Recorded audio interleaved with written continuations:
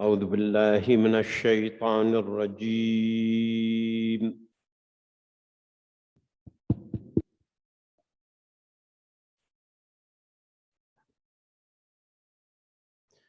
بسم الله الرحمن الرحيم.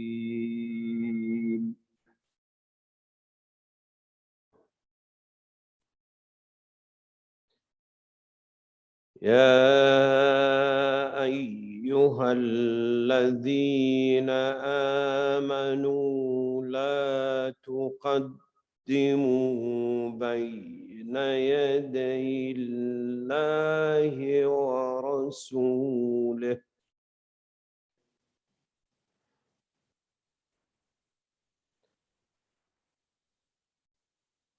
لا تقدموا بين يدي الله ورسوله واتقوا الله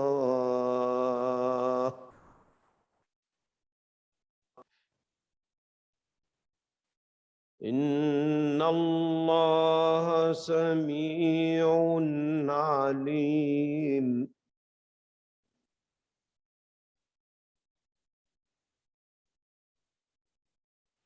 يا أيها الذين آمنوا لا ترفعوا أصواتكم فوق صوت النبي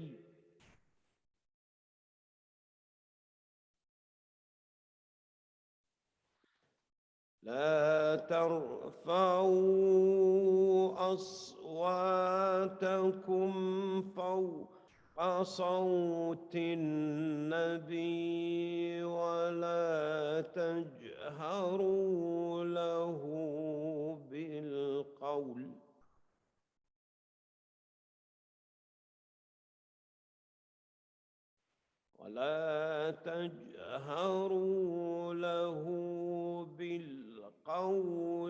كجهر بعضكم لبعض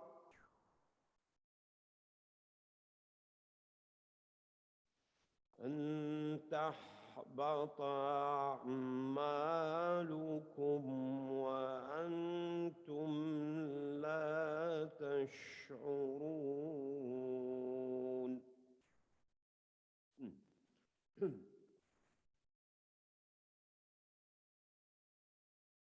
إن الذين يغضون أصواتهم عند رسول الله أولئك الذين امتحن الله قلوبهم للتقوى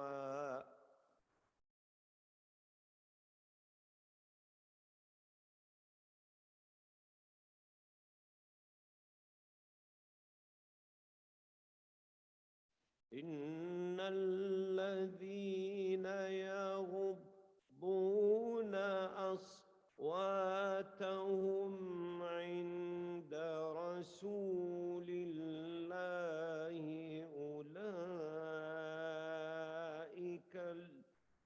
الذين امتحن الله قلوبهم للتقوى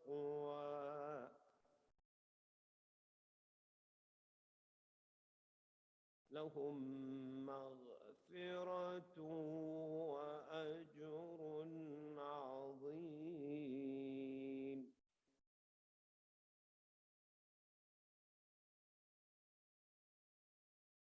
إن الذين ينادونك من وراء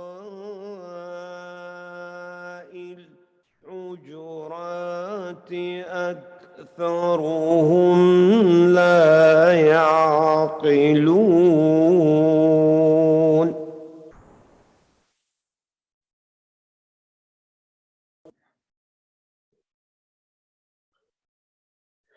إن الذين ينادونك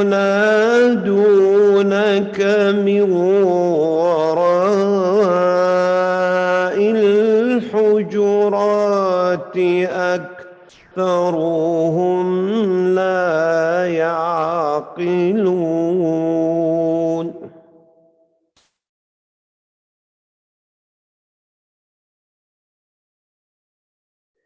ولو أنهم صبروا حتى تخرج إليهم لكان خيرا لهم والله غفور رحيم.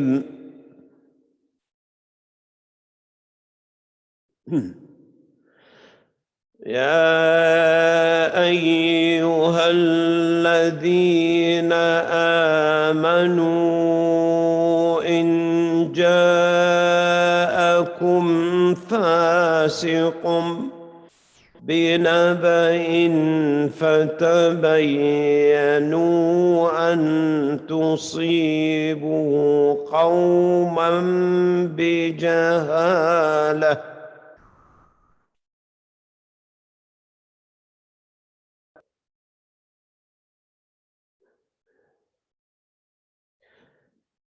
يا أيها الذين آمنوا إن جاءكم فاسق بنبأ فتبينوا أن تصيبوا قوما بجهالة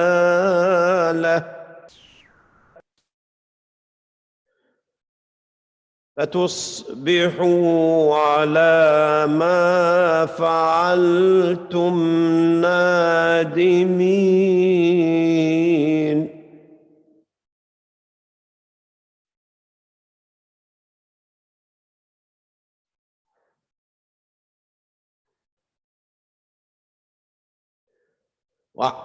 واعلموا أن فيكم رسول الله لو يطيعكم في كثير من الأمر لعنتم ولكن الله حبب إليكم الإيمان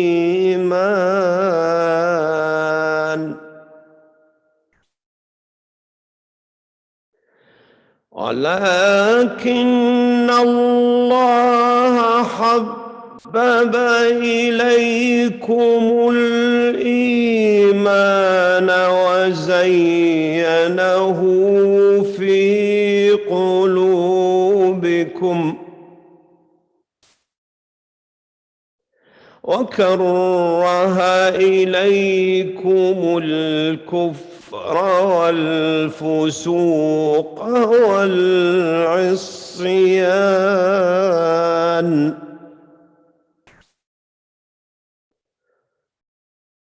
أولئك هم الراشدون. صدق الله العظيم. الفاتحة.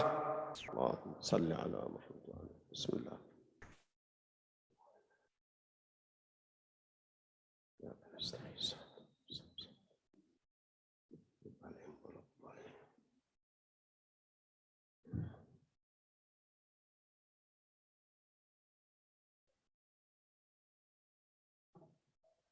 أعوذ بالله من الشيطان الرجيم.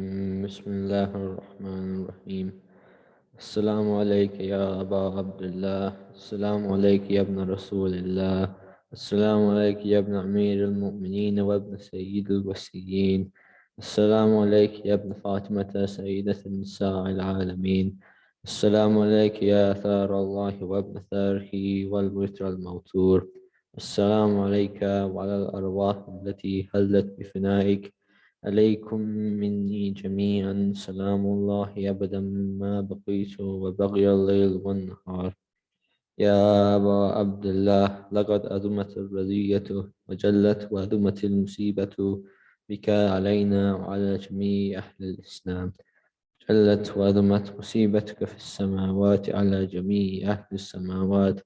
فلعن الله أمة أسست أساس الظلم والجور عليكم أهل البيت. ولعن الله أمة دفعتكم عن مقامكم وأزلتكم عن مراتبكم التي رتمكم الله فيها. ولعن الله أمة قتلتكم. ولعن الله مماحدين لهم بالتمكين من قتالكم. فرئت إلى الله وإليكم منهم ومن أشيائهم وأتباعهم وأوليائهم. يا أبا عبد الله، إني سلم لمن سالمكم، حرب لمن حاربكم إلى يوم القيامة. ولعن الله آل زياد وآل مروان. ولعن الله بني أمية قاتبة. ولعن الله ابن مرجانة. ولعن الله عمر بن سعد. ولعن الله شمل. ولعن الله أمة أسرجت وألجمت وتنقبت لقتالك. بأبي أنت وأمي لقد أزمى مسابي بك. فأسأل الله الذي أكرم مقامك وأكرمني بك أن يرزقني طلب ذلك مع إمام منصور من أهل بيت محمد صلى الله عليه وآله.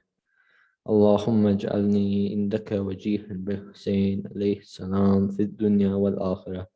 يا أبا عبد الله، إني أتقرب إلى الله وإلى رسوله وإلى أمير المؤمنين وإلى فاطمة وإلى الحسن وإليك بموالاتك وبالبراءة ممن أسس ذلك وبنى عليه بنيانه وجري في ظلمه وجوره عليكم وعلى أشيائكم.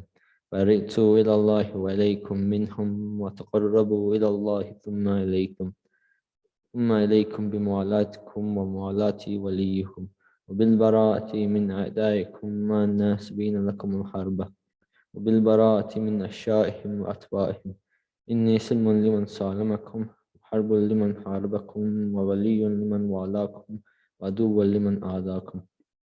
فأسأل الله الذي أكرمني بمعرفتكم ومعرفة أوليائكم رزقني البراءة من أعدائكم من يجعلني معكم في الدنيا والآخرة وأن يثبت عندكم قدم صدق في الدنيا والآخرة. وأسأله أن يبلغني المقام المحمود لكم عند الله وأن يرزقني ترب ثاري مع إمام هدى داهر ناتق بالحق منكم.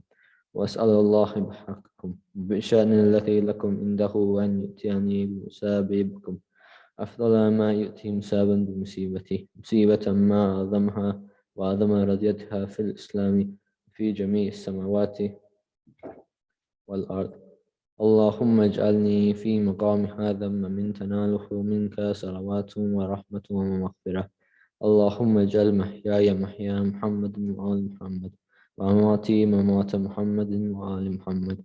اللهم إني هذا يوم تبركت به بنو أمية وابن كلاة الأكباد اللعين بن العين على لسانك ولسان نبيك صلى الله عليه وآله في كل موطن موقف وقفا فيه نبيك صلى الله عليه وآله. اللهم لأن أبا سفيان ومعاوية وزيد بن معاوية عليهم منك اللعنة بدى الآبدين. وهذا يوم فرحت به آل زياد مع مروان بقتلهم حسين صلوات الله عليه.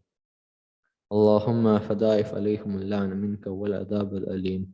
اللهم إني أتقرب إليك في هذا اليوم وفي موقف هذا وأيام حياتي بالبراءة منهم وأعلنت عليهم بالموالاة لنبيك وعلى نبيك عليه وعليهم السلام. اللهم لأن أول ظالم ظلم حق محمد وآل محمد وآخر تاب له على ذلك. اللهم لأن الإصابة التي جاهدت الحسين عليه السلام شايت وبايت وتابت على قتله. اللهم لعنهم جميعا. السلام عليك يا أبا عبد الله وعلى الأرواح التي حلت بفنائك. عليك مني سلام الله أبدا ما بقيت وبقي الليل والنهار ولا جعله آخر العهد مني لزيارتكم. السلام على الحسين وعلى علي بن الحسين وعلى أولاد الحسين وعلى أصحاب الحسين. اللهم خص أنت أول ظالم باللعن مني وابدأ به أولا ثم الأمر الثاني والثالث والرابع. اللهم أن يزيد خامسا وعن عبيد الله بن زياد وابن مرجانة عمر بن سعد وشما وعلى أبي سفيان وآل زياد وآل مروان إلى يوم القيامة. سجدة.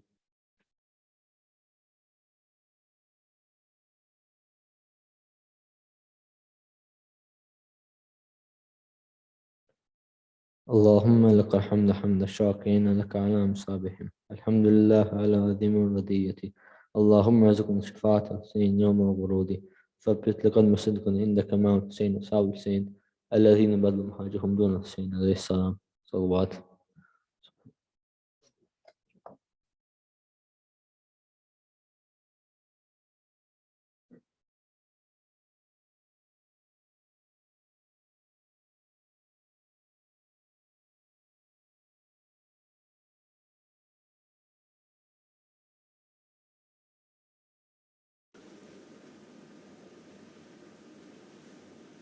بسم الله الرحمن الرحيم. الحمد لله رب العالمين، والصلاة والسلام على أشرف الأنبياء والمرسلين سيدنا ومولانا أبي القاسم محمد. اللهم صل على محمد وآل محمد وعلى آل بيته الطيبين الطاهرين المعصومين المظلومين الذين أذهب الله عنهم الرجس وطهرهم تطهيرا. اللهم صل على محمد وآل محمد. أما بعد، قال الله الحكيم في كتابه الكريم: بسم الله الرحمن الرحيم. فسبحان الذي بيده ملكوت كل شيء وإليه ترجعون. صدق الله العلي العظيم. اللهم صل على محمد وآل محمد. Our series of discussions have gone into its sixth night. These nights which have gone before us, we've been discussing an idea which is the most basic idea, but the most distant for many people. That is the Nur of Wilaya, of which today the vast majority of us have lost track of.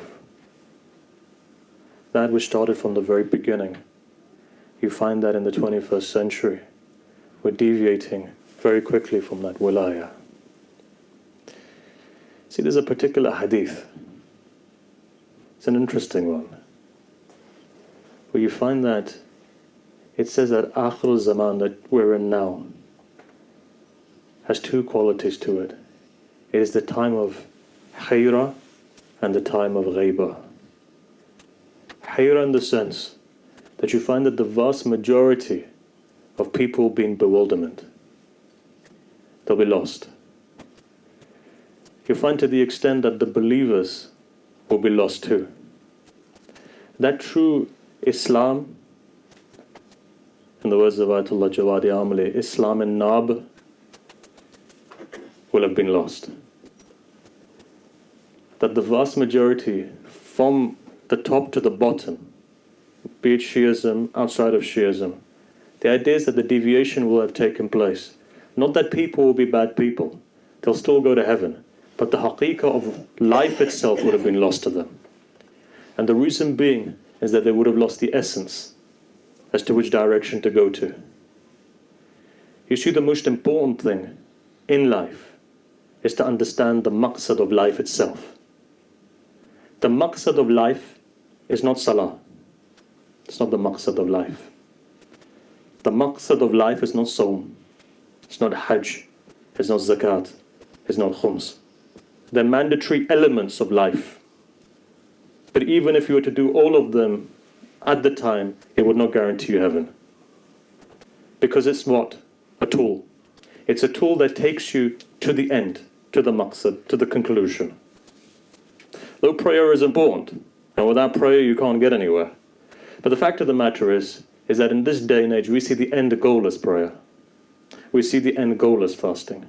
We see the end goal in these things. If you're religious, and if you're not religious, then you're completely far away from that. Therefore, those who are religious and non-religious are in the same boat because they can't see. And that's not their fault. Because above and beyond mankind itself are the angels. Insani Kamil is in front of the angels, Adam, and they can't see his haqiqah. They can't see, even though look at the Quran and see, they do two things which you don't do. Tasbih of Allah, which goes back to the Dhat of Allah.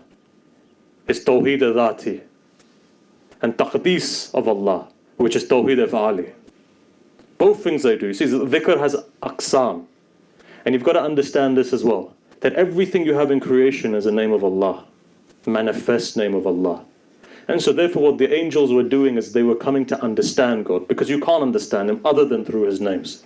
The absolute cannot be understood. So they were there reciting the names. When Insani Kamil comes in front of them, when Allah creates Adam, Adam's mold was there, but at this stage they weren't given the hukum to do sajda. As we discussed before, وَنَفَقْتَ فِيهِمْ مِنْ رُوحِي, when I blow a part of my own soul, part of my soul into them, sajda. What is this sajda? This in itself, if you look at Tawheed, as the way that Muslims take it today, is a contradiction. You could say the Quran is contradicting here. The reason being is this, because Allah is asking me to bow to ghayrullah. It's not the case. This sajda represents submission. Submission to the will of Sahib Amr. Here, Amr of Allah is found in the Mujassim of Adam, Insani Kamil. You bow down, meaning what? You submit yourself. Why? The Markaz, Kaaba of the angels, in fact, Alam Kawn, is Adam. Why is it Adam? Because Adam is Ism Jam. Adam is the tajalli of Allah itself. The absolute essence is there. And look, I'm not going to go into details. This is not a place to discuss philosophy or mysticism. But the one thing here I will say is that even the angels lost sight of the fact that this Adam is Insani Kamil. Similarly, you find creation. Many people are good, but the one thing they've lost sight of is the wilayah. It's the wilayah that they've lost sight of. And this is why that haqiqah is not here as it is, as it should be. Maybe this is one of the secrets why you have the 10 days of Moharram. The fact that it revives you again, brings you back to the essence. Because remember, the haqiqah of Shiism lies in one thing, and that is salawat. Salawat, as we discussed before, has two components to it. Just recapping, to take you to where I want to take you. Recapping again, has two components to it. The zahir side, which is the physical manifestation of the salawat, and the taslim in front of Muhammad and al Muhammad.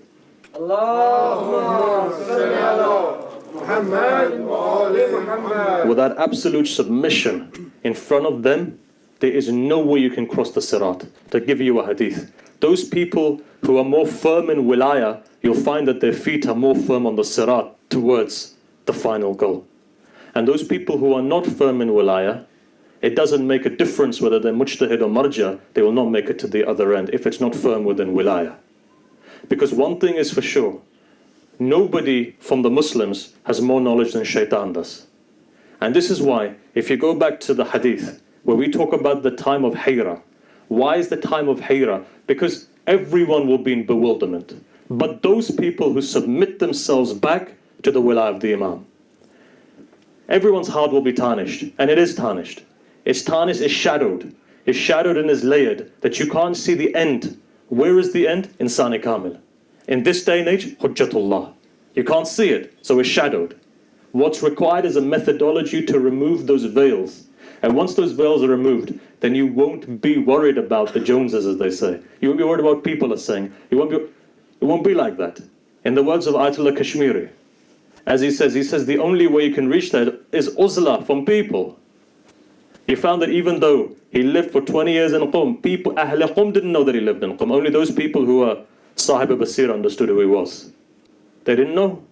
From the time he was kicked out by Saddam to the day that he died, around about 99. Nobody knew who lived there. But this is a man who all the Urafa knew. When Ayatollah Khoui writes a letter to him and says, come back to Najaf, as we discussed yesterday, time of Saddam, Ayatollah Khoui knew was Ahla Qumdinno. By this stage he was quiet, he was in his house. So when somebody asked him a question, they said, look, if we want to go onto this pathway of enlightenment, because remember, this fiqh that you study in the book is the small fiqh. Fiqh al-akbar is that fiqh that takes you towards Allah. That fiqh requires something else. But of course, you've got to get through the Sharia first. You've got to understand the...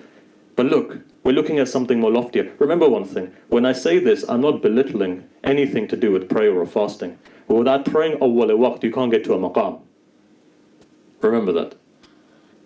But the problem is that those people who become religious see prayer as the end goal. Prayer is a wasila, remember this. For everything there's a wasila. Let me give you an example. One day Amir al-Mu'mineen is walking, comes into Mecca. When he comes into Mecca, everyone's gathered around a young man. And they're watching him, and he's standing there crying. Tears are dripping from his eyes and they're falling onto the ground. So Amir al-Mu'mineen is walking past. He says, let me ask him a question. Kumail is with him. Imam goes forward. The young man finishes. He says, young man, can I ask you a question? He says, yes. He says, can you tell me what's the haqiqah of prayer? He says, I don't know. He continues to pray. Imam walks off. Kumail asks him a question. He says, Mawla, he didn't understand what the haqiqah of prayer was. All these tears, for what? Yes, ajr is with Allah. Sincerity is there. But you haven't got to the level that the prayer is meant to take you. Asked him. Kumail said, Mawla, tell me, what is the haqiqah of prayer? Imam says this. It's me. I'm the haqiqah of prayer. You don't understand me, you become Khawarij, you become Daesh, you become others. You don't know what haqiqah until you don't understand Amir al-Mu'mineen. That's the baseline reality. Can you pray more than the Khawarij in the Battle of Nahrawan? No. Can you recite Quran more than the Khawarij in the Battle of Nahrawan? No. What makes them go in one direction, and what makes the companions of Amir al-Mu'mineen go in one direction? Wilaya. Ishq is important. And this is what that wilaya cultivates. It cultivates ishq. Remember this, look. What is a person who's living? What is the definition of a person who's living? What is al-hayy? We're on this discussion. It wasn't my topic of today to discuss, but now that we're on it, let's run with it. What is a living? According to hukama, ahl ma'rifah, what does al-hayy mean? What is a person who's living? Do you know what it is? Huwa ad-darrak wa fa'al. A person who can direct something in the sense that is cognizant and he implements on that. He's fa'al. He's active on that. This is why you find that when Allah says to Rasulullah, tell them, no ajr illa al-mawaddata fil qurba. Mawadda is different from hub. Here it says, in kuntum tuhibbun Allah fattabi'uni yuhbibkum Allah. Right? So if you love Allah, you follow the Prophet. Here the Prophet then turns it around and says, love for Allah can be hub, but when it comes to the manifestation with Ahlul Bayt, it has to be wood. What is the difference? Allah's wadud. And here mawadda is talked about. Mawadda is active love. It becomes activated. It's not something that you keep in your heart. Therefore, when you come to a majlis and you recite salawat, for example, that is you showing your mawadda in the way that Ahlul Bayt want you to. It's not just something you keep in your heart. Mawadda needs to be shown. And there are places and times where that physical love needs to be shown. That's what you saw with the companions of Amir al-Mu'mineen. When that love is shown, when there's activity in you, and there's understanding in you, only then that you're alive. Why? Because you've got nur inside of you. But otherwise, what's jahl is the opposite of that. Is a person who doesn't understand and is a person who's inactive. When a person gets to that, they're dead, according to the hukama. You're walking, but there's no reality to your walking. Al-hayy is a person who is darrak or fa'al. Both of these need to be in a person, to be living. Now go back to yesterday what we said. What is nur? Nur is ma'rifah. Nur is activity. Nur is union. What happens? Batin, what is nur itself? Nur itself is what? In this physical world, in alam-e-kawn, what is nur? We discussed the kaf and the noon yesterday. The kaf of kun defines Kamal. But it's dual, right? For everything in this life is dual. For every action you do, it can either take you one direction or the other. Your prayer can take you to hell, and your prayer can take you to heaven. That is the system of the world, the way that it works. Kun is a reality. B, Kaf. For Adam it was Kamal. For Shaitan it was Kufr. The Noon was Nar for Shaitan. For Adam it was Nur. What is this Nur Kamaliya? That goes back to the Haqiqat Muhammadiyah. What is that Nur? That Nur is the first being. That Kun that Allah created. In the words of Ibn Sina, somebody asked him, how does Allah create? When He created 6 days, and then after that does He create in stages? He says, no. Ja'al Allahu mishmisha. Gave the example. Allah created the apricot. That's it. In one go. Not the color, not the taste. In one go Allah creates. That one go that Allah created, that nuqta that Allah created, is known as Muhammad and Al Muhammad. From then onwards is the substance that creates all of creation. That is the mover. This is why they say that it is haram for anyone to walk on this earth if they do not believe in the wilayah of the Imam, because all of this was given to Zahra. That is what it is. One has to open their eyes up to something which is far more loftier. Because otherwise, what are you living? You're blocking yourself. Hearts are blocked.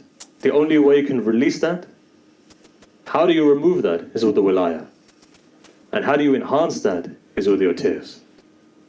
So the crying that you do for Sayyid al-Shuhada. Otherwise, look, if you've gone through 40, 50 years of your life, you're going to be maybe glad to see another 40, 50 years, maybe, if you're lucky. Within that period of time, tell me, this COVID period has seen, children have died. There's no logic to death. So tell me, is there no purpose in your life other than to get up, to go to work, to come back, to backbite, and then to go to sleep?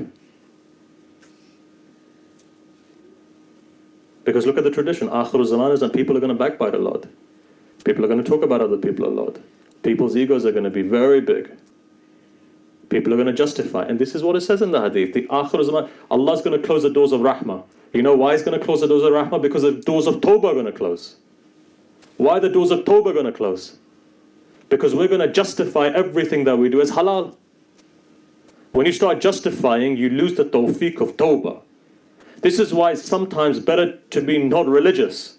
Because at least the door of heaven is open to you than to be, as some of our teachers will say, khushk and muqaddas. I mean, one of the great Urafah of Qum used to say, I said, oh, can I bring this person to you? He says, if he's khushk and muqaddas, then just leave him in the masjid, don't bring him to my house. Khushk and muqaddas. But what is he trying to say? We don't need puritanical Shias. We need those who are soft-hearted. Those who go above and beyond. Those who are willing to help. Those who are willing to be there for other people. This is true meaning, right? Willing to help each other. Willing to put your own self behind and another person's wants in front. When we talk about the golden rule, what is it? Is want for others what you want for yourself. So look, I deviate. But let's come back again. Come back to what I wanted to say. Time of Hayra. In this time, look, there's two forces which are, you could say, developing, building up. On the one side, you find Shaitan. Just look at Shaitan for a minute. From the beginning of time to now, Amir al-Mu'mineen says in one of his sermons, Al-Zahir's 192, in that he says that Shaitan lived 6,000 years before. So he's got an advantage over all of you. He saw the creation of Adam take place. And he's been watching humanity take place. Unlike me and you, Shaitan doesn't sleep. And so in this time, he's building and building and building, and he's experiencing. He knows the haqiqat of insan. He knows your weaknesses. He knows your strong points. He knows you. Right? He's not sleeping, unlike you. You have a life maybe maximum 100 years. In that 100 years, Shaitan already knows your weakness. So Shaitan is willing to attack you. So in that pace of time, you've got to think, right? What do? Allah's allowed shaitan to live. And he's allowed to live until the end of time. And he also knows that when the Mahdi comes, his time is over. So what is he going to do? It says in Akhir Zaman, shaitan becomes stronger and stronger and stronger. Obviously, experience teaches him to become stronger and stronger. He knows exactly how to get to you, in what way to get to you, and what your weaknesses are.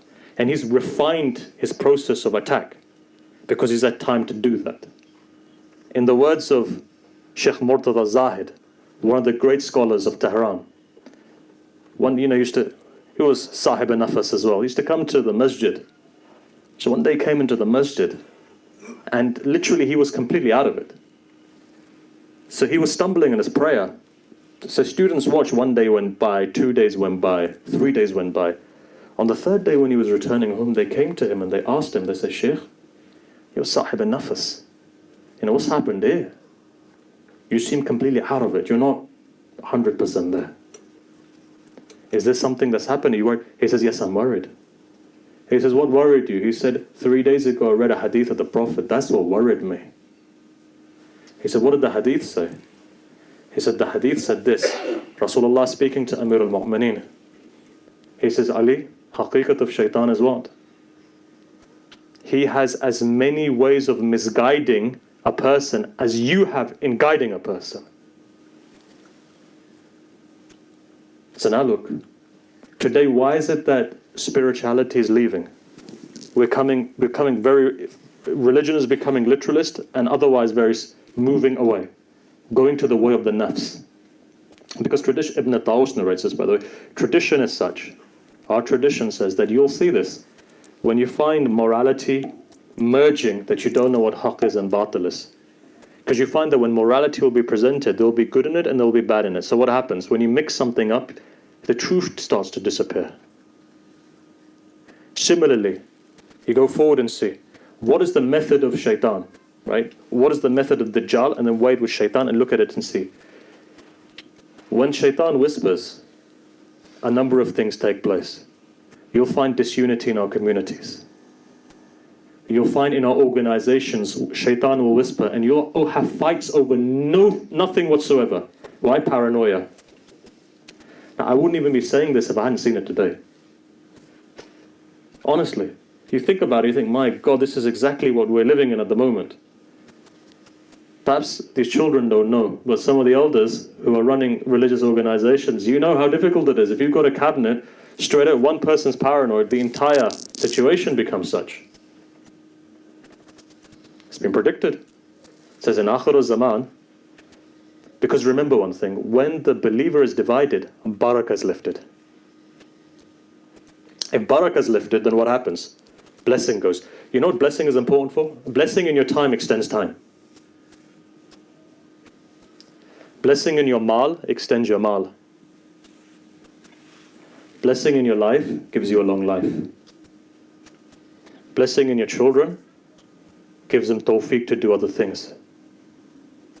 Shaitan knows that if I can deviate these people, there is a cause and effect in the world. It will lift up the barakah. And when it does, they'll plunder into darkness. So what do you find? Infighting. All over the world, you'll see it. Families which are divided. Now what do I mean by that? If I was to say to you, families which are divided, what does it mean? You find that even today, we can't even sit together and eat as a family. You find the table is there, one person comes, they take it, they go next to the television, another one comes, they go into their room. Islam never came for this. Fifth Imam alayhi salam, when he sat down, he made sure his entire family was sitting down together. This is tarbiyah that he's giving, there's a reason. You've seen in COVID-19 how individuality has led people to depression and suicide. Why? Lack of community. What does Islam say? It's mustahab to pray together. Why pray together? Bringing together a sense of community. Take it a step further. What else does it say? Your fifth Imam alayhi salam would gather his family together and say, whenever there was a problem in the family, I'll pray, you say Ameen. Mustajab da'wah is the Imam. He doesn't need everybody to say Ameen, but he brought everybody together. Why? Family spirit. Sayyid al-Shuhada goes into Karbala. Never do you see individuality, even in the worst situation. And today you realize that two people are sitting together, one is on the laptop and the other one is on WhatsApp. What are we doing? Shaitan knows. If you can deviate them through things which are mubah, then you find that the causal effect will be that barakah is lifted. And today, sadly, lessons of akhlaq have gone as well. In our communities, even in some of our seminaries. Until that's not there, there's no refinement. There used to be a time which used to be umumi. Remember, some of the great scholars would give dars akhlaq. You see, remember one thing. People talk about irfan being mamnu and najab. That's not the case. There were particular methodologies which were, but there were great scholars that have come out. People like Shaykh Bajjah, they're a product of Najaf, they're not a product of Qum. Said Abdul Karim Kashmir, Allama Tabatabai, Hassan Ilahi, said Hassan Masqati, said Ahmed Kashmiri. They're all a product of Najaf. So if irfan is mamnu, then none of these great urafa would come, said Murtada Kashmiri. It's not that. There were certain methodologies. Otherwise, they've been great urafa from both Najaf, Karbala, Qum, Najaf, Mashhad, Jabal Amal, and so forth. Wherever you find that there's ma'asumeen buried, you'll always find people with connection to those ma'asumeen. And remember, the only guides that you have that take you to the higher level is the Imam. This is why in this time, grab onto the hand of the Imam. Remember, Hussein ibn Ali doesn't let you go. So when you're in this time, then what do? It's our responsibility, therefore, to make sure that our eyes are open. Look, there's a tradition that's going in my mind. Let me give it to you. It's a story that took place. I remember there used to be a very big scholar by the name of Said Ahmed al-Fahri. Said Fahri used to be in Damascus many years ago. This is one of the founders of the house of Damascus. This is going back about in the 80s, late 80s. He's buried in Mashhad. He's a great man. He was Sahib Nafas. They used to say he had this Ain al-Basira, say in Farsi, Chashme Barzakh. He could see the haqiqah of a person. He says that one day, or not him,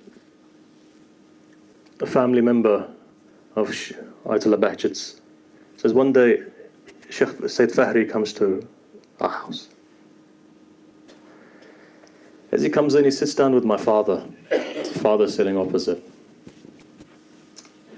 He says, "I Bahjat, we've been friends for 60 years. You've not fulfilled the rights of a friend." I can imagine saying that to Ayatollah Bahjat. Ayatollah Bahjat said, "How?" He said, "You learned the pathway and you got to the end. You never turn around to grab my hand and take me as well." I said, I Bahjat began to cry. Was sobbing. Why? It's a big statement when somebody says that you haven't fulfilled. Remember one thing. The one thing that the Urafa do is they fulfill the right of others. He began to cry. He says, "Is this the case?" And you could see that Sayyid Fahri was for real. He wasn't joking. He felt the pain. So Fahri says, he says, "Sheikh, it's too late for me now. I'm 80 years old. You write for me a prescription now for me to get to that level. My time is up. My time is up. I don't have the time now to go through this pathway, but there's one thing. From everything that the Imam you've learned from the Ahlul Bayt, just give me one thing. That's it. Something khas that the Ahlul Bayt have given you."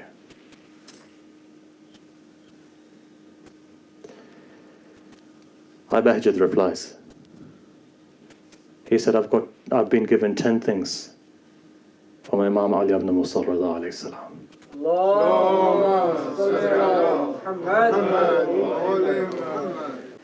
Ayatollah Bahjat said, he says, "I'll tell you one thing. One thing that Imam Rada taught me from the 10 things." He said, "What is it?" He said, "That one thing is this. Imam Imam said to me, if anyone seeks refuge in us Ahlul Bayt, we will never let them go. For 1 second, let that cement in your heart. Your Imam is saying, if anyone seeks refuge in us, we will not let them go. That was enough. Said Fahri got up and he walked out. Remember this. For us to get Ahlul Bayt's karam and barakah requires us to understand something about them. The best way of coming to understand them is to fulfill the huquq which are owed on the Shia of Ahlul Bayt. I'm going to give you one more story. That story goes like this. Think on it. In the time of the Shah, there was a man who used to work in an office. In that office, one of his responsibilities was this. He was in charge of some very important files. One day his boss comes to him. He says, I want this particular file. Have it on this desk before the weekend. As you know, in Iran, the weekend is on a Thursday. Thursday night comes, he cannot find the file. He's looked everywhere. And he says, look, I can't find this file. His boss says, look, if you can't find this file, then know one thing. The least thing that's going to happen to you is we're going to sack you. And what more can happen, only God knows. That day he was so worried. Weekend came. He knew Saturday morning, if that file is not there, it's game over for him. What does he do at that stage? What he does at that stage is he recites Tawassul. Gets on his musalla and begins to recite Tawassul of the Imam. So the time comes in the process of Tawassul that he gets up with tears in his eyes. He walks out of the office. Someone comes to him and says, the answer which you're looking for rests with Sheikh Rajab Ali Khayat. He said, I don't even know who Sheikh Rajab Ali Khayat is, right? I've never seen him, I don't know who he is. So he turns around and he says, look, find him. He gets up and he goes to try and find him. Eventually they give ishara. They say that, look, you go into this direction, there you'll find him. Comes to the door of Rajab Ali Khayat. Knocks on the door. Opens the door, goes inside. Sheikh Rajab Ali Khayat is standing inside. Before he could say anything, he just says one thing to him. He says that there is a relationship that you've not honored. And that relationship is the relationship between you and your sister. Her husband has died. For 2 years, you've not gone and visited the yatim of your sister. This man is shocked. He doesn't know what to do. He gets up. He goes to his sister, knocks on the door. Sister comes out. Sister just says one thing. She says, now that you remember me, it's been all this time. You call yourself a man? Call yourself a man. You had a problem with me? Come to me. What these yateens done to you? It's at that stage then that he said, forgive me. Sorry. I'm going to be back in a minute. He goes, buys food, fruits, clothing, brings everything back. He says, haqq is yours. that you've told me of. Please forgive me. I want to be forgiven. She says, fine, sister, right? She says, you've come all this way. Just don't do it again. He understands a deep lesson here. Sometimes the smallest of action has the biggest implementation in one's life. He gets up. He goes back. Saturday morning when he's thinking game's over, he looks and he sees that behind the cabinet there's a file. He goes and he lifts up that file. He realizes that's the file. Sometimes a secret to your life and problems is very simple. If ever you feel difficulty, the first point of action that you need to do is to go to your mothers. The very same mothers that have inspired you to come here, to the majlis, go to them. Seek their intercession. And if your mother's not there, recite a Fatiha. Look, let me tell you something. Ulama have said that whenever you fall into problems and your parents are not alive, go to their grave. Now you turn around to me and say, I don't know where their grave is. It could be in East Africa, it could be in India, it could be in Pakistan, it could be in Iran, it could be in Iraq. What do I do? No problem. Go to the graveyard of the Muslimin. I can't get there. I'm living in the middle of a place where I have to work 7 days a week. I can't. No problem. You can go outside, you can make a line on the floor, make a line, recite Yasin. Between when? Between Thursday after Dhuhr and Friday before Dhuhr. Recite Yasin. And give it to your mother. Ulama of akhlaq say that you'll see that your mother will pray for you there. If not your mother, remember the hukuk of your father. Sometimes you find that a person was the best son or daughter in their life, but then after that, when it comes to the day of judgment, they realize that their maqam is what it should be. They realize father's disowned them. That's why? You forgot my haqq. What was it? After I died, you weren't there for me. You didn't recite for me when my amal books were closed. So remember, sometimes it's as easy as that. Sometimes it's as easy as that. It's the relationships that we forget. And that blocks the wilayah. Why? Because it blocks barakah. Now look, I'm looking at the time, it's going by fast. I'm going to just say one more thing, then I'm going to move on. And hopefully we continue this discussion tomorrow.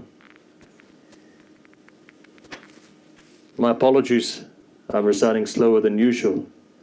My health is not as good as it should be at the moment. Inshallah, tomorrow when I'm back to normal, we can pick up the pace. But the one thing is this, remember, you've heard from your elders the concept of barakah, right? You've heard the concept of barakah. Do you know what it is? Do you know what a blessing is? Let me just explain it so that you understand why it's important. I can talk an hour on just barakah alone, but I'll tell you what barakah is. Barakah, Allama Tabatabai gives 3 definitions for it. He says barakah is something which doesn't look anything big. I'll give you an example. If you give me the Quran in a bookshelf looks like one of many different things. But that Quran is full of barakah. You open it up, not only is there shifa for you in every single page. As we said before, you go to one chapter, the secrets of Tayl Ard is in that chapter. You go to another chapter, the secrets of curing yourself from an illness. Another chapter risk, another chapter protection, another secrets of the hereafter, and so forth. Right? That's the Quran. So there's 3 things about barakah. Firstly, it's khair, it gives you good. If Allah blesses you, there's good in it. Second thing is this about it, that it's continuous. I'll give you an example. You spend $900 in Sindh. You dig a well. Small thing, you think, what's this well? $900. That $900 has a lot of barakah. For as long as people are drinking from it, even in your grave, you're benefiting from it. Right? So, it's continuous. It's good. And at the same time, it brings positivity in your life. That is what barakah symbolizes. Something that doesn't look like it, but it's oblivious. I'll give you an example. Final example, and then we move on. Allama Amini. Somebody comes to him when he was in India. He was in Lucknow at the time. and he was researching in the very famous Nasri library. So Allama Amini himself says, he said, look, I've written this, but what Sahib Abaqat wrote is something else. Abaqat al-Anwar is the biggest book that we have on Wilaya. It's about 60 volumes, written by an Indian by the name of Hamid Hussain Musawi in India. After that, his son, very famously, was Marja in India, Nasr al-Millat, in Lucknow. In fact, some of the strongest books on Wilaya that's ever been written has been written by Indians. The reason being is very simple, because there was always Sunni-Shia dialogue going on. It wasn't the same in Iran, and it may not have been the same in Iraq at the time. But with this dialogue continuously, you find that there's a refinement. So when Abaqat was written, Allama Amini he went there to research. He was writing on Ghadir and Sahib al-Ghadir. So Deobandi comes to him. He says, how is it possible that you say that Ali ibn Abi Talib recited 1,000 units of prayers every night? Now remember, Allama Amini, one of his legs was paralyzed, right? He couldn't walk properly in one of his legs. Allama Amini was laughing to himself, thinking, this guy doesn't realize what barakah is. He says, look, at that moment his passion comes, you get angry, passion, and it's inspired by Allah. He says, what are you talking about Ali? Even the khadim of Ali ibn Abi Talib can do it. Now you realize what the challenge was. He said, Ya Ali stood up, Allahu Akbar. This Deobandi said 1,000 units of prayers will take, if I estimated, he said it will take 14 hours. He says, no, I'll do it and show you. 7 hours he finished it. Why? Allah stretched the time. That's known as barakah. Majlisi writes 110 volumes in that time. Barakah. Barakah in time stretches it. You find some scholars, they've written so many books, you're thinking, how does he do it? Barakah. Barakah. Barakah in wealth. Some people, $100,000 they're earning a month, that $100,000 is gone. And then you have a guy who's earning maybe $50, $100, and you find that it stretches. Barakah. Barakah food comes. You're thinking to yourself, this is such a little food, all of a sudden, an extra 200 people have come to this majlis, what am I going to do? Believe me, you don't need to put more water in. You just say, Ya Zahra, and you feed them.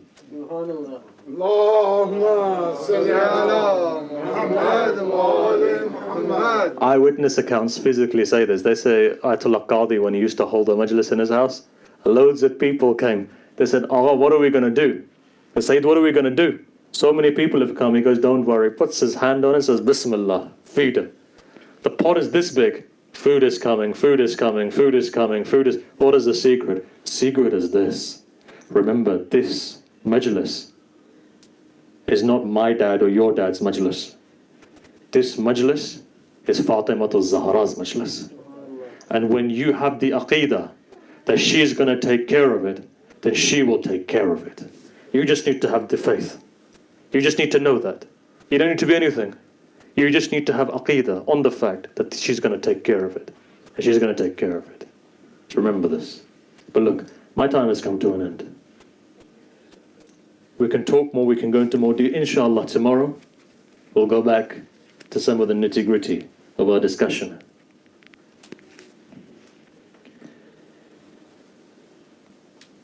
Look, you're all gathered here today. Today's very heavy.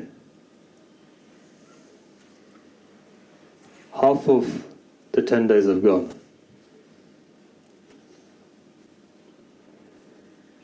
Today's a very heavy day. Let me say something to you. There were 3 nasls that were destroyed in Karbala, such that today there's no one to call them mother or father. One of them was Muslim bin Aqil, right? One of them is Sayyidah Zainab.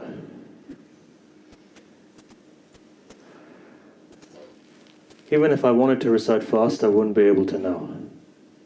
I don't have the energy. I'm going to recite slowly. Remember one thing, for those people who have been to the qabr of Sayyidah Zainab, you know du'a's answered there faster. Many people have asked the question, why is it so fast that it's answered? This is not just Shia who make this hypothesis. Some of my closest Sunni friends have said to me that from everywhere that we've gone, when we go to Sayyidah Zainab, dua is instantaneous. I thought on this, I thought to myself, something came in my mind. When a daughter goes to her father and she says, Father, do something for me, father forgets his own wants and he fulfills his daughter's. When you go to Sayyidah Zainab, or when you take the wasila, then you go to Amir al-Mu'mineen. She comes, she says, Father, one of your Shia has come to me. At that moment, what do you see? What is a father going to do? He's going to say, daughter, tell me what it is. Today as you sit and know one thing, the only silah that you have in front of Allah are your tears. Hafiz today if a person comes and their dua is not answered or their connection is not fulfilled. Don't think today that we're just sitting here. Today when any Masaib, Musibah or the Sayyidah Zainab is recited, all of the Imams come. But look, let me say one thing to you. Perhaps it's a good thing that the lights are switched off. Because today, who knows what mother is sitting where to take the condolences of her two sons.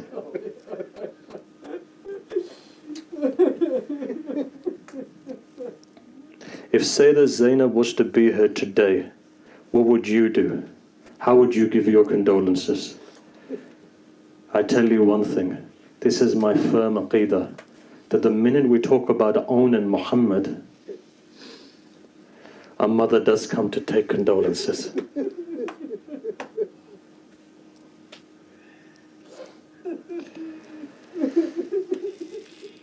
But look, I want to start from the beginning, and I'm going to recite quietly. Fathers, this is going to be more painful for you than any mother. You know why? Because you know the relationship that you have with your daughter. Shall I tell you the relationship Amir al-Mu'mineen had with Zainab?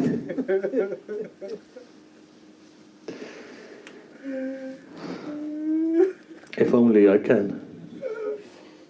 Zainab was 5 years old when Zahra's body was lying there.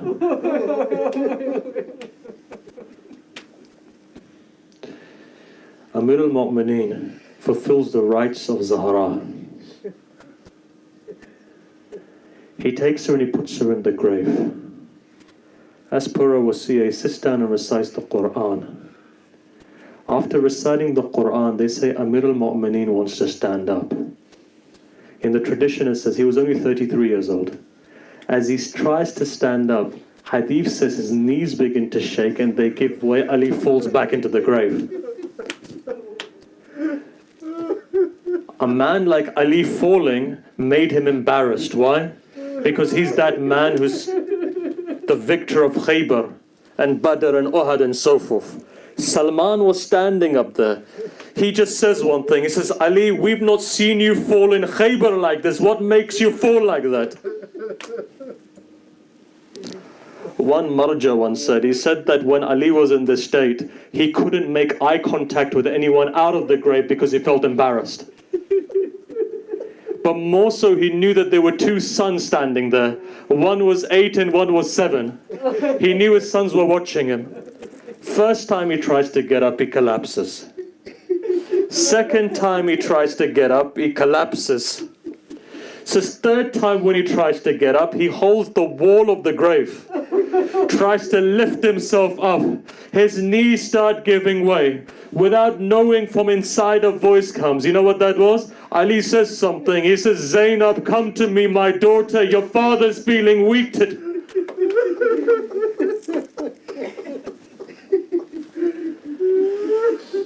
They say two small hands come, says, Father, if my mother's not here, Zainab's here for you.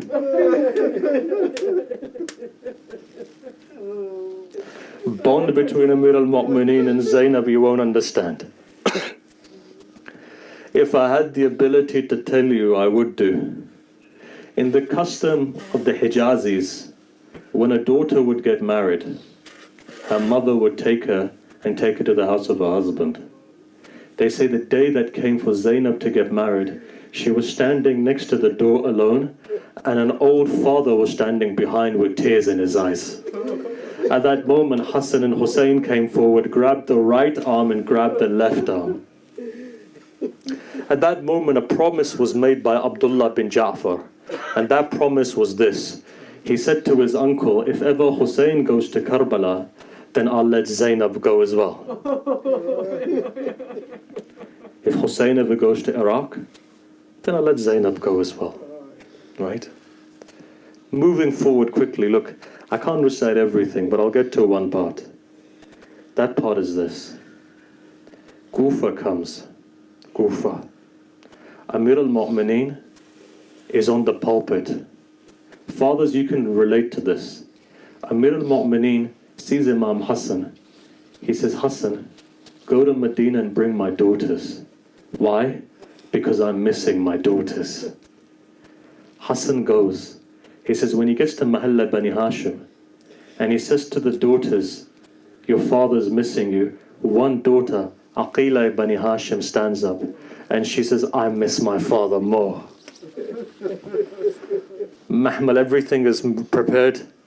All of the entire Hamla begins to move.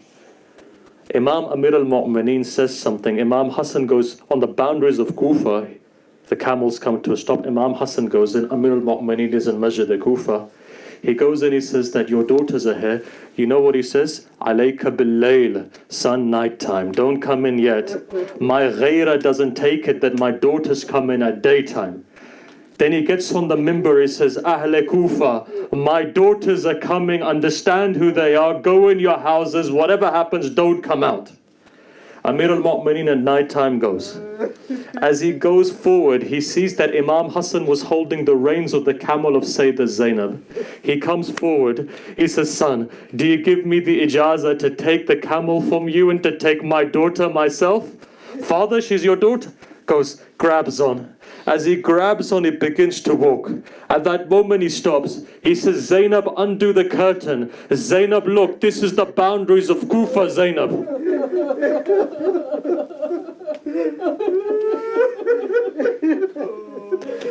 Zainab looks.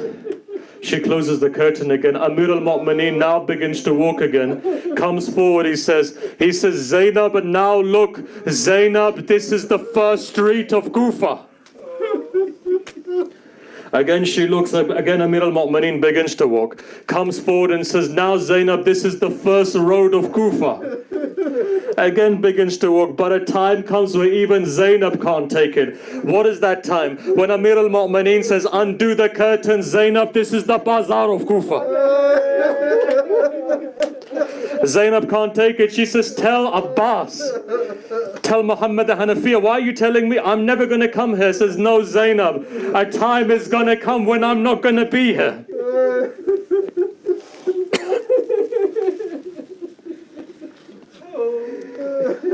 Allah bless your tears.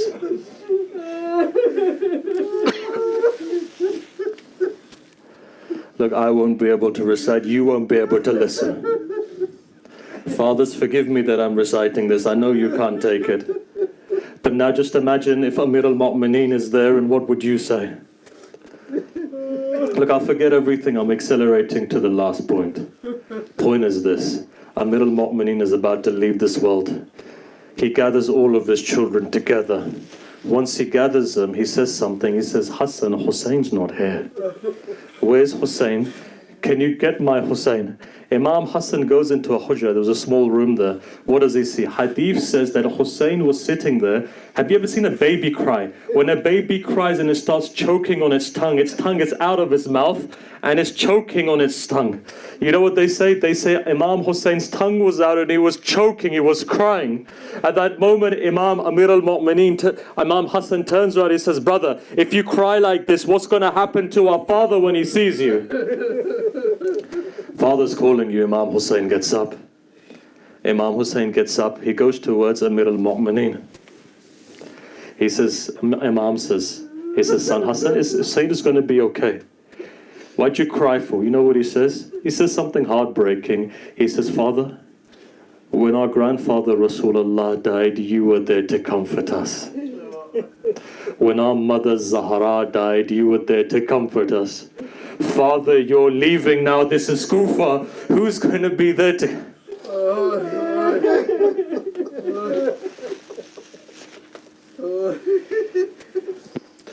Hussein, this time will pass. La yawmika ya Aba Abdullah. This time will pass. This time, Amir al-Mu'mineen is telling all of them, don't worry, calm down, this time will pass. Eventually a time comes where even Amir al-Mu'mineen can't take it. You know what that time was? When Sayyidah Zainab came in, she began to cry. Amir al-Mu'mineen began to cry. A daughter's pain he couldn't take. They say there was something weird happened at that stage. In the way that Rasulullah had his head on the shoulder of Zahra, in the same way Amir al-Mu'mineen had his head on Zainab, he whispers something into her ear. I looked everywhere to find what that whisper was. I looked everywhere until one mujtahid told me, he said, go to this place and see, I can't say it for you. I went and saw, you know what it said on there? It said this, the most painful moment for Sayyidah Zainab was this, when the Bazaar of Sham came. When the Bazaar of Sham came, they say Sayyidah Zainab sat on the door, she didn't go forward. People were chucking stones at her, she wouldn't go forward. Women chucked hot water, she wouldn't go forward. Shimmer came, he lashed her on the back, she wouldn't go forward. One Imam walks forward, says, An, what's happened? Are you startled? Why don't you go in for?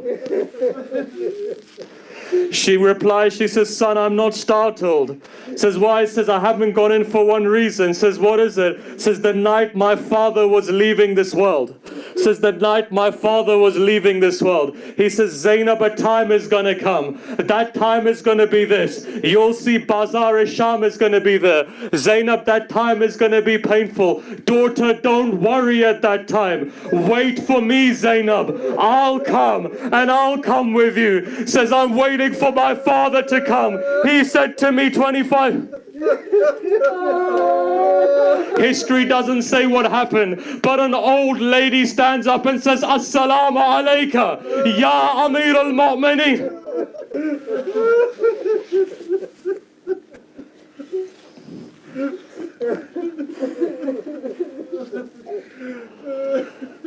Look, if I could recite more, I'd recite more. Allah accept your. Just remember one thing who you're giving condolences to. I said for the fathers, now women, my mothers and sisters and daughters who are sitting next door, or wherever you're sitting in this world, remember one thing. Who knows which broken-hearted mother is sitting next to you? If Zahra was to come to you now, what would you give her? What do you have to give her? 9th of Moharram comes. 9th of Muharram comes. Everyone has their children in their tents. Imam Hussein is walking past. He walks past a tent. In that tent there's a mother sitting there with 2 of her sons. She's putting her hand through their hair and she's just saying one thing. I'm not going to recite all of it. I'm going quickly to the final part. Saying, she just says one thing. She says, oh my lions, oh my sons, you're the grandson of Ja'far al-Tayyar. You're the grandson of Haydar al-Qarrar. Says, tomorrow there's going to be a day like no other. Sons, I want you to go out and I want you to give your life when it comes to your uncle Hussein. But sons, remember one thing. You'll get to the Furat, sons, but just remember, Sakina's thirsty. Whatever you do, don't drink from the water. Day of Ashura comes. One mother looks and says, why haven't your bodies come back? Why don't you go into the battlefield? Says, my uncle doesn't allow us to go. Says, go and ask your uncle. 2nd time, my uncle doesn't allow. 3rd time, my uncle doesn't allow. You know what Sayyidah Zainab says? She says, call Abbas. Abul Fadl Abbas comes. Says, Abbas, go and tell Hussein, for the sake of my haqq, send my sons. Abbas goes. He says, Sayyidah is saying, for the sake of our haqq, Sayyidah Shuhada stands up. Goes running to the tent. Says, sister, what have you said? I wasn't sending him to the battlefield. Maybe Abdullah bin Ja'far is not happy with it. She says, no, he's told me to send these children. You know what Riwayat say? Look, I can't take it, nor can my heart take it to recite this. Riwayat says this. Go to all of Sahib al-Maqatil have all said, Imam Hussein and Abul Fadl Abbas both come out. One puts one on the horse, the other one puts another on the horse.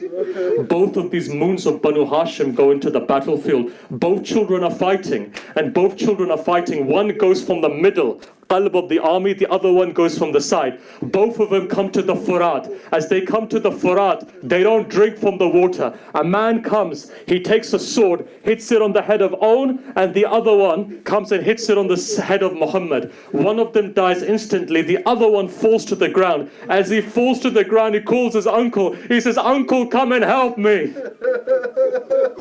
Sayyidul Shuhada goes running. When he gets there, this small child has still some energy, life left in him. You know what he turns around and says? He says, "Uncle, just tell our mother that we got to the Furat, but we didn't drink any of the water."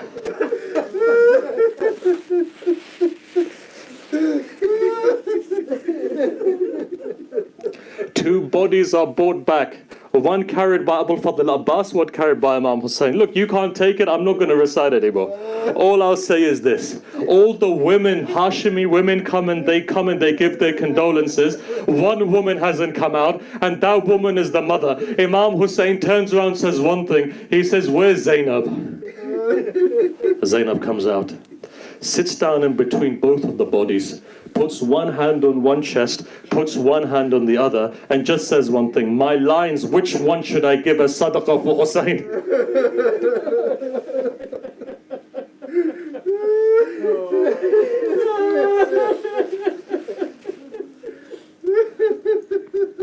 "11th of Moharram comes.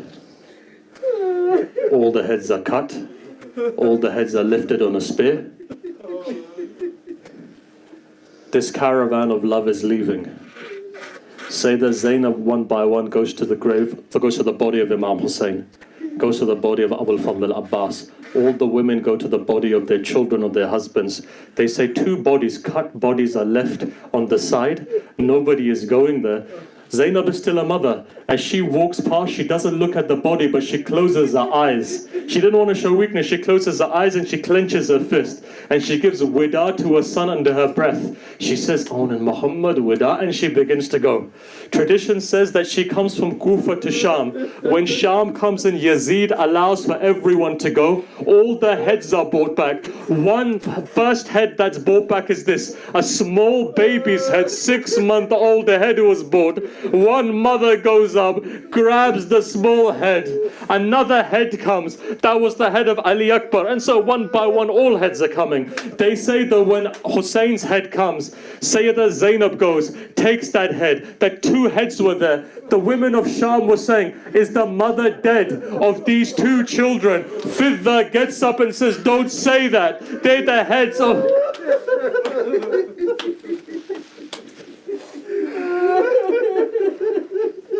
When the heads are brought again, Zainab closes her eyes, clenches her fist, says wida again. This caravan now goes back to Karbala, comes to Karbala. What happens there? She goes and she chucks herself on the grave of Hussein. Goes to Abul Fadl al-Abbas. Again, there are two graves over there. Again, she closes her eyes, clenches her fist under her breath, again says wida, doesn't show anything. What happens? She goes back to Medina. Look, I'm not reciting any of it. Going back to Medina. What happens in Medina? First place she goes to the what? Grave of her grandfather. Look, you can't take it. Crying continuously is only for Imam Zain al-Aberdeen.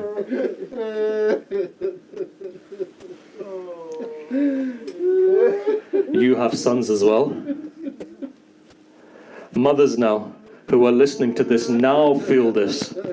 You've got sons, you've got daughters, and if you don't, then you've got nephews, you've got younger children in your households. Just feel this for a minute when I say this.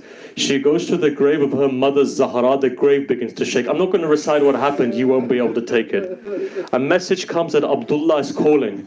You know what happens? This is what happens. She goes and she sits outside of the house. Abdullah wasn't home. When Abdullah sees his wife, he doesn't recognize her. He says, "Oh, old woman, why are you sitting outside my house for?" She says, "Abdullah, recognize me. I'm Zainab." When he looks up, she raises her hands. When she raises her hands, Abdullah collapses. She says, "Abdullah, why do you collapse for?" Says, "Zainab, tell me, these marks on your hands, how did these..."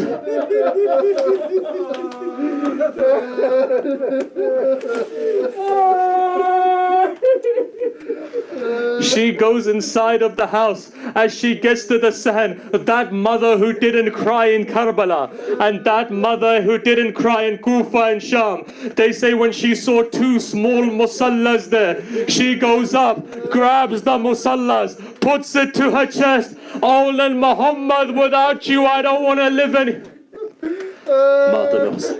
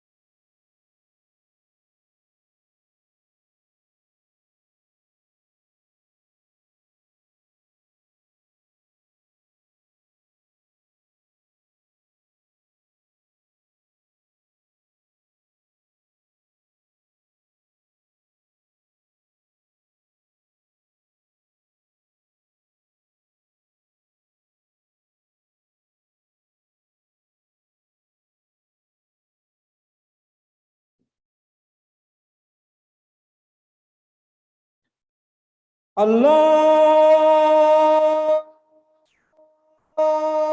أكبر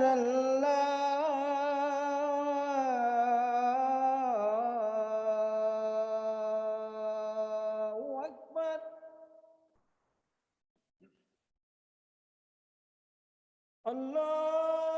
الله أكبر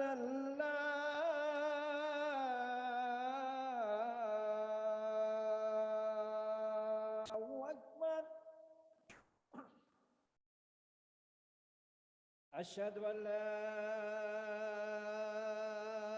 إله إلا الله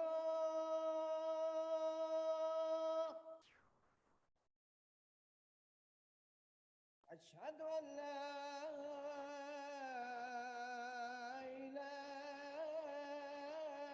إله إلا الله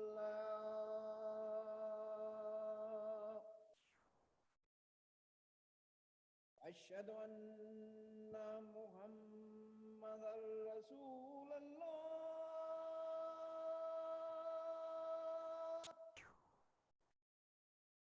أشهد أن محمدا رسول الله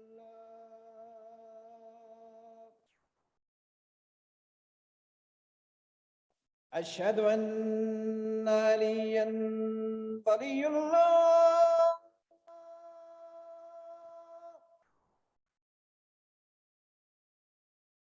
أشهد أن عليا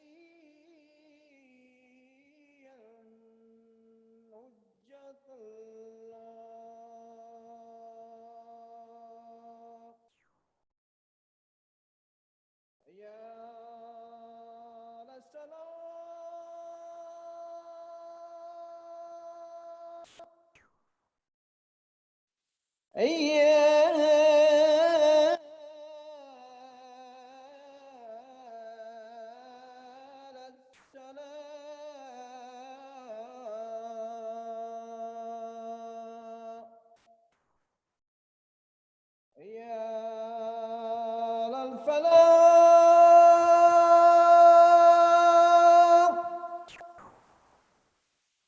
يا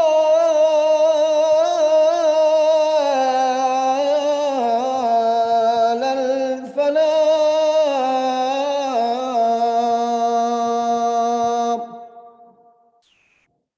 يا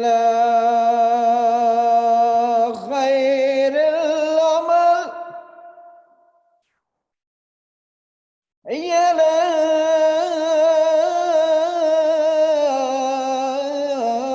خير العمل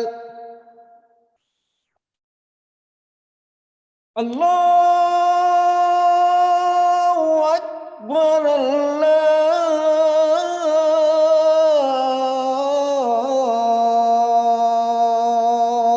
أكبر لا إله إلا الله لا إله إلا الله أستغفر الله من كل ذنب يتوب إليه صلوات على الإمام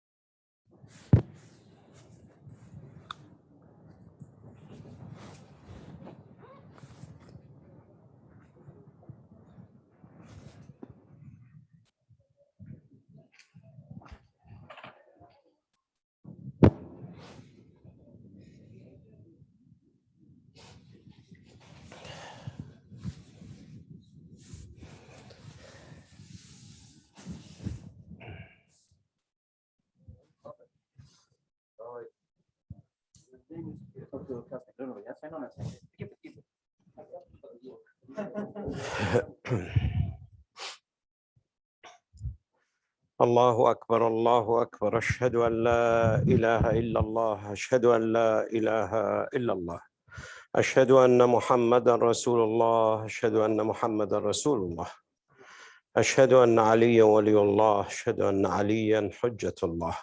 حي على الصلاة، حي على الصلاة، حي على الفلاح، حي على الفلاح، حي على خير العمل، حي على خير العمل، قد قامت الصلاة، قد قامت الصلاة.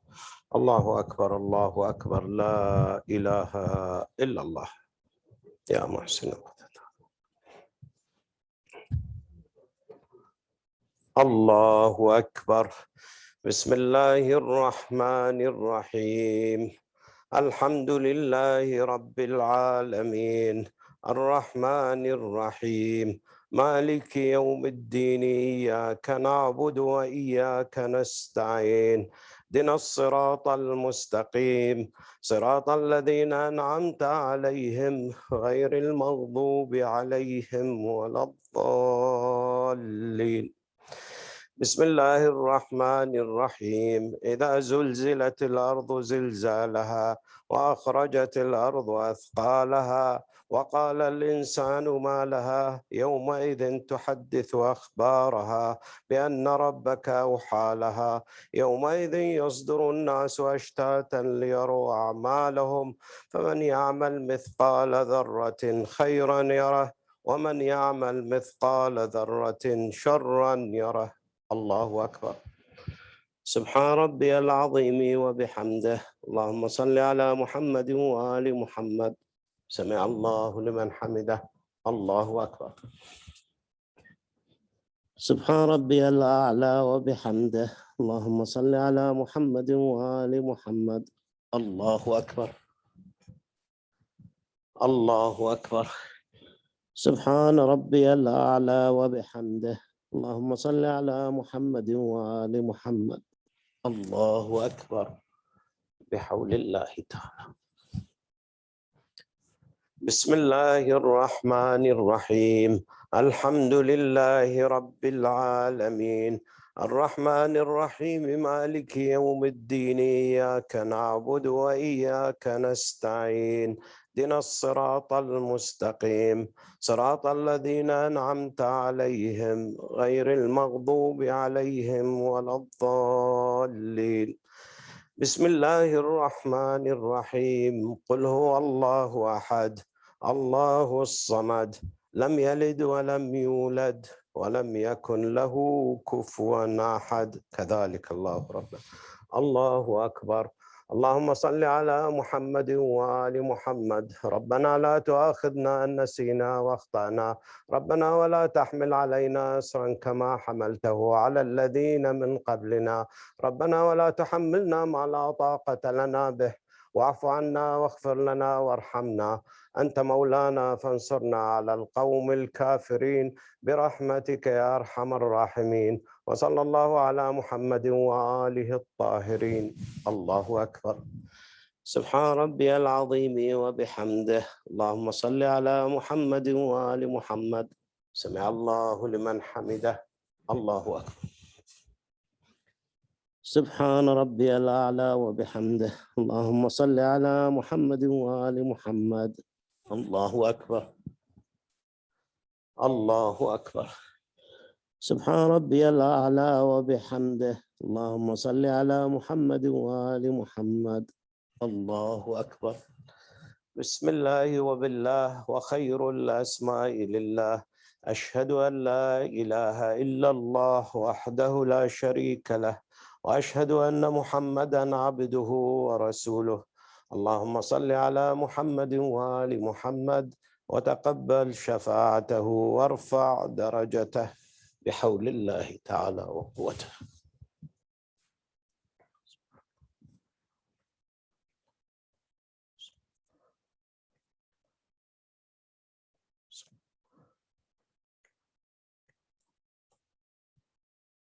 الله أكبر. سبحان ربي العظيم وبحمده. اللهم صل على محمد وآل محمد. سمع الله لمن حمده. الله أكبر. سبحان ربي الأعلى وبحمده. اللهم صل على محمد وآل محمد. الله أكبر. الله أكبر. سبحان ربي الأعلى وبحمده. يا ولي العافية أسألك العافية، عافية الدين والدنيا والآخرة، بحق محمد وعترته الطاهرة صلواتك عليهم أجمعين. الله أكبر. بسم الله وبالله وخير الأسماء لله. أشهد أن لا إله إلا الله وحده لا شريك له، وأشهد أن محمدًا عبده ورسوله. اللهم صل على محمد وآل محمد. السلام عليك أيها النبي ورحمة الله وبركاته. السلام علينا وعلى عباد الله الصالحين. السلام عليكم ورحمة الله وبركاته. الله أكبر. الله أكبر. الله أكبر. لا إله إلا الله.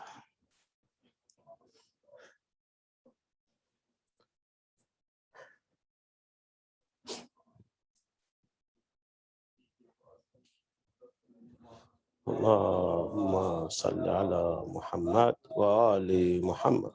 اللهم صل على محمد وآل محمد. اللهم صل على وآل محمد.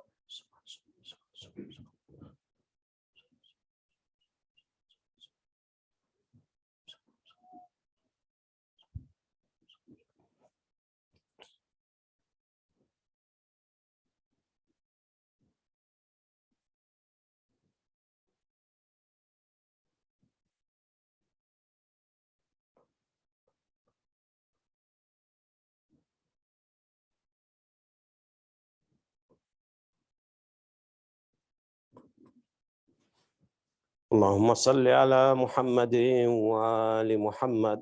اللهم صل على محمد وآل محمد. ربنا آتنا في الدنيا حسنة وفي الآخرة حسنة وقنا عذاب النار.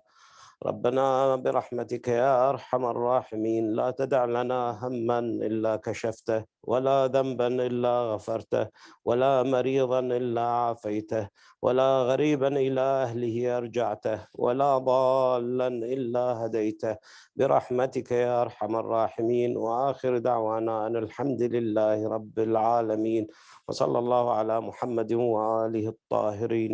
اللهم صل على محمد آل محمد. استغفر الله استغفر الله استغفر الله. لا إله إلا الله.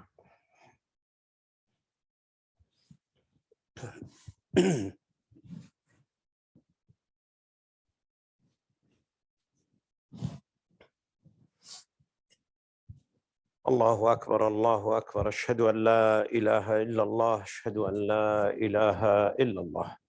أشهد أن محمدا رسول الله. أشهد أن محمدا رسول الله. اللهم صل. أشهد أن عليا ولي الله. أشهد أن عليا حجة الله. حي على الصلاة، حي على الصلاة، حي على الفلاح، حي على الفلاح، حي على خير العمل، حي على خير العمل. قد قامت الصلاة، قد قامت الصلاة. الله أكبر الله أكبر. لا إله إلا الله.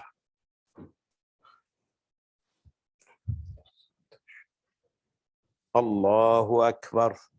بسم الله الرحمن الرحيم. الحمد لله رب العالمين، الرحمن الرحيم، مالك يوم الدين. إياك نعبد وإياك نستعين. اهدنا الصراط المستقيم، صراط الذين أنعمت عليهم غير المغضوب عليهم ولا الضالين. بسم الله الرحمن الرحيم. إنا أعطيناك الكوثر فصل لربك وانحر، إن شانئك هو الأبتر. الله أكبر. سبحان ربي العظيم وبحمده. اللهم صل على محمد وآل محمد. سمع الله لمن حمده. الله أكبر. سبحان ربي الأعلى وبحمده. اللهم صل على محمد وآل محمد. الله أكبر. الله أكبر. سبحان ربي الأعلى وبحمده. اللهم صل على محمد وآل محمد. الله أكبر. بحول الله تعالى. بسم الله الرحمن الرحيم. الحمد لله رب العالمين، الرحمن الرحيم، مالك يوم الدين. إياك نعبد وإياك نستعين. اهدنا الصراط المستقيم، صراط الذين أنعمت عليهم غير المغضوب عليهم ولا الضالين. بسم الله الرحمن الرحيم. قل هو الله أحد، الله الصمد، لم يلد ولم يولد ولم يكن له كفوا أحد. كذلك الله ربنا. الله أكبر. اللهم صل على محمد وآل محمد. ربنا إننا سمعنا مناديا ينادي للإيمان أن آمنوا بربكم فآمنا. ربنا فاغفر لنا ذنوبنا وكفر عنا سيئاتنا وتوفنا مع الأبرار. ربنا وآتنا ما وعدتنا على رسلك ولا تخزنا يوم القيامة، إنك لا تخلف الميعاد، برحمتك يا أرحم الراحمين. وصلى الله على محمد وآله الطاهرين. الله أكبر. سبحان ربي العظيم وبحمده. اللهم صل على محمد وآل محمد. سمع الله لمن حمده. الله أكبر. سبحان ربي الأعلى وبحمده. اللهم صل على محمد وآل محمد. الله أكبر. الله أكبر. سبحان ربي الأعلى وبحمده. اللهم صل على محمد وآل محمد. الله أكبر. بسم الله وبالله وخير الأسماء لله. أشهد أن لا إله إلا الله وحده لا شريك له، وأشهد أن محمدا عبده ورسوله. اللهم صل على محمد وآل محمد وتقبل شفاعته وارفع درجته بحول الله تعالى وقوته.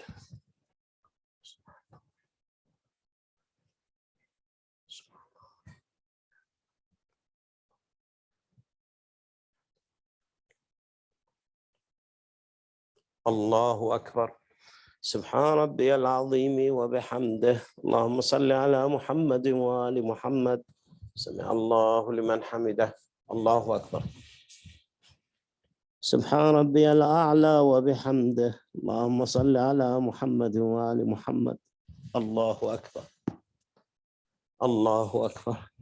سبحان ربي الأعلى وبحمده. اللهم صل على محمد وآل محمد.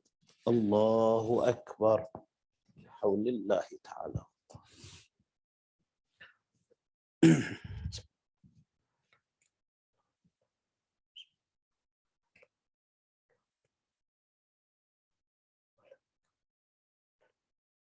الله أكبر. سبحان ربي العظيم وبحمده. اللهم صل على محمد وآل محمد. سمع الله لمن حمده. الله أكبر. سبحان ربي الأعلى وبحمده. اللهم صل على محمد وآل محمد. الله أكبر. الله أكبر. سبحان ربي الأعلى وبحمده. يا ولي العافية أسألك العافية، عافية الدين والدنيا والآخرة، بحق محمد وعترته الطاهرة صلواتك عليهم أجمعين. الله أكبر. بسم الله وبالله وخير الأسماء لله. أشهد أن لا إله إلا الله وحده لا شريك له، وأشهد أن محمدًا عبده ورسوله. اللهم صل على محمد وآل محمد. السلام عليك أيها النبي ورحمة الله وبركاته. السلام علينا وعلى عباد الله الصالحين. السلام عليكم ورحمة الله وبركاته. الله أكبر. الله أكبر. الله أكبر. لا إله إلا الله.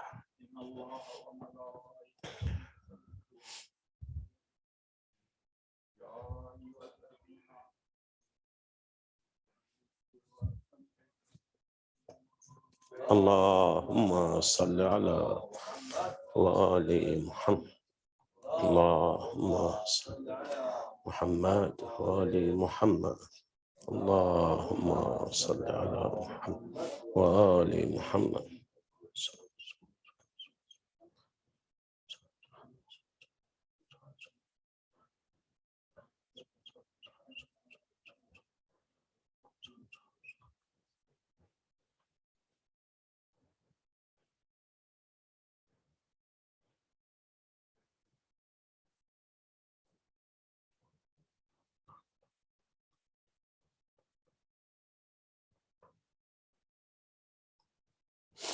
اللهم صل على محمد وآل محمد. رب اغفر لنا ولموتانا، شافنا وشافي مرضانا، ارحمنا برحمتك يا أرحم الراحمين.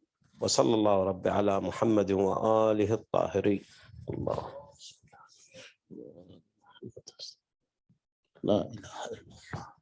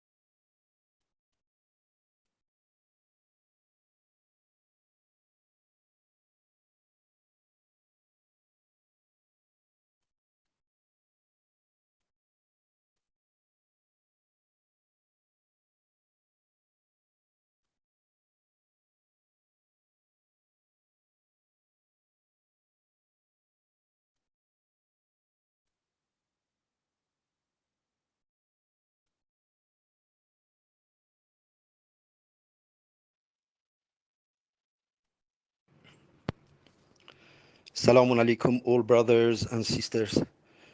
Tonight's Maddahi and the program is devoted to two sons of Hazrat Zainab Salamullah alayha. They are Muhammad and Aun ibn Abdullah.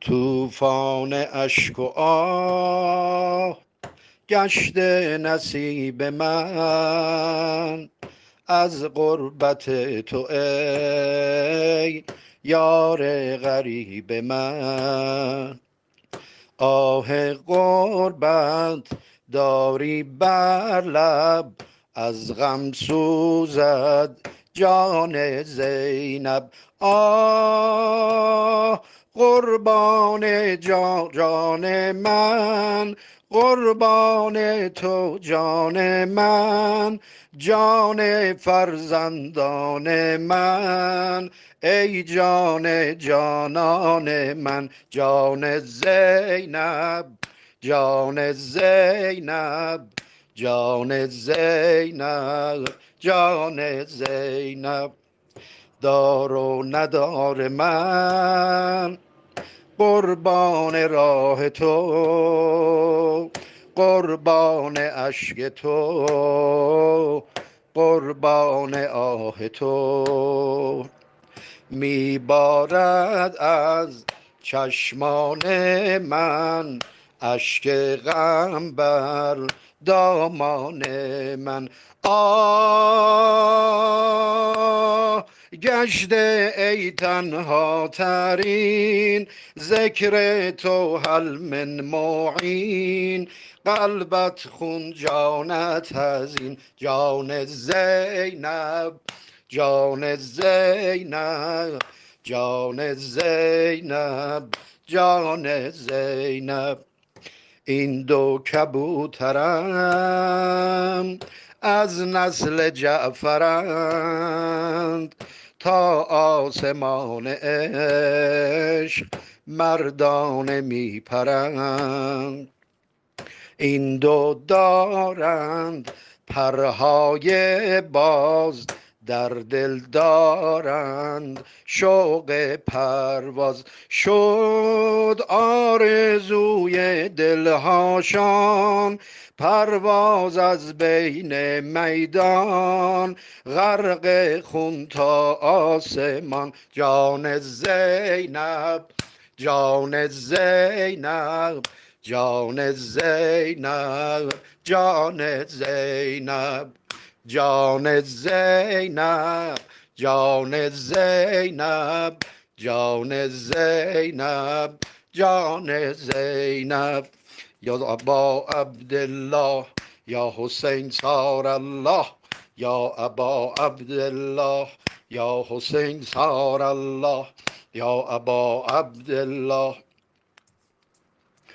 یا سیدی یا سیدی یا سیدی یا صار الله یا سیدی یا سیدی یا سیدی یا صار الله یادگاران من را مست صهبایی از ساغرت کن هم رکاب علی اکبرت کن نظر چشم ترت کن نظم چشم ترت کن این دست گلهای پرپر هدیه هایی از خواهر رزمشان مثل حیدر رزمشان مثل حیدر یا سیدی یا سیدی یا سیدی یا صار الله یا سیدی یا سیدی یا سیدی یا صار الله من که از روز اول عاشق و جان نثار تو بودم روز و شب بی قرار تو بودم در کنار تو بودم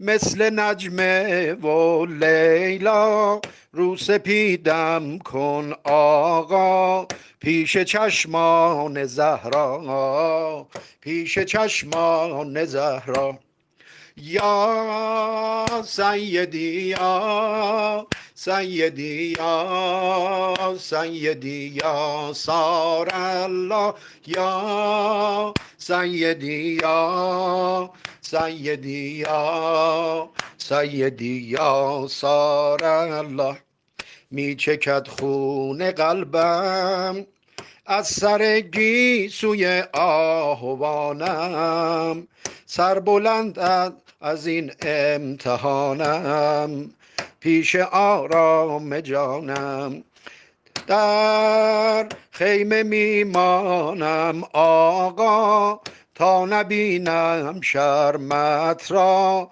ای پرستوی تنها ای پرستوی تنها یا سیدی یا سیدی یا سیدی یا سار الله یا سیدی یا سیدی یا سیدی یا سار الله صلی الله علیک یا ابا عبدالله صلوات.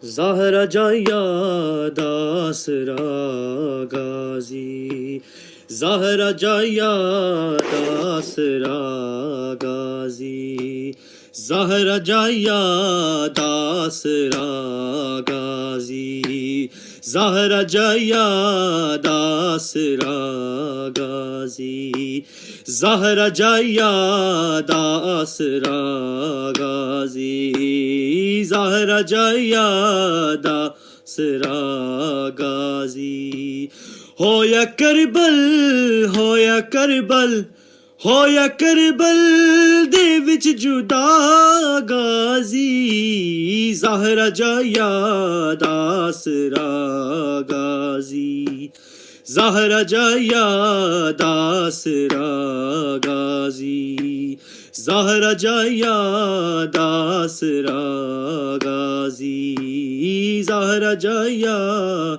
Dasra Gazi Zahra Jaya Dasra Kive Java Gishamite Kufa Kive Java Gishamite Kufa Kive Java Gishamite Kufa Kive Java Gishamite Kufa Mekku Mehmil Teya Baha Gazi Zahra Jaya Dasra Gazi Zahra Jaya Dasra Gazi Zahra Jaya Dasra Gazi Zahra Jaya Dasra Gazi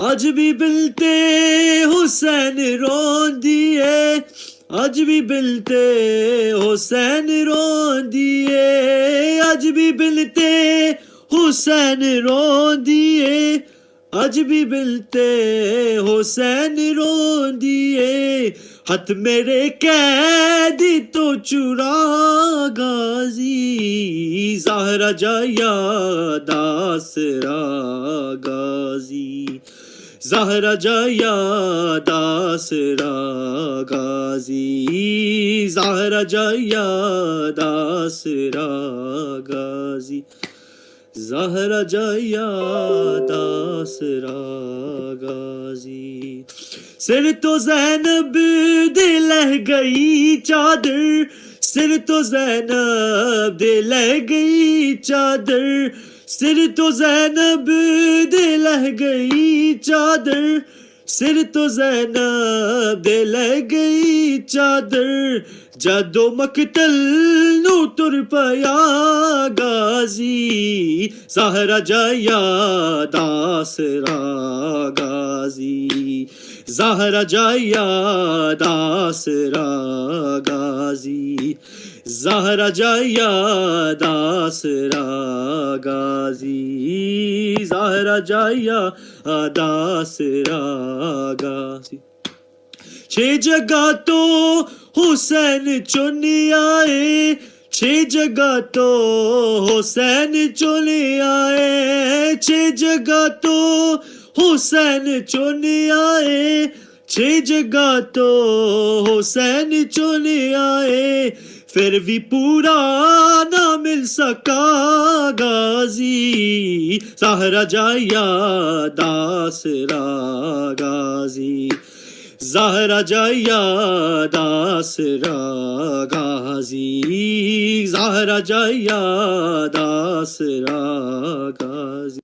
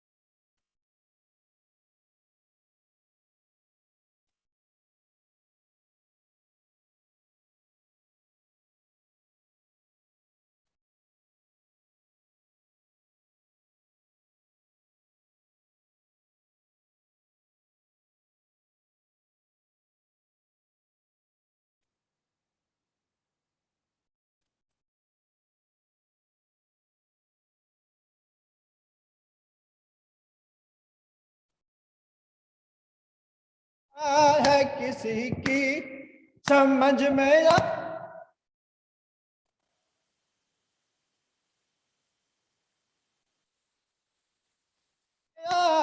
न सका वो रुतबा पा गया कोई न पा सका हुसैन क्या है किसी की समझ में आ न सका हुसैन क्या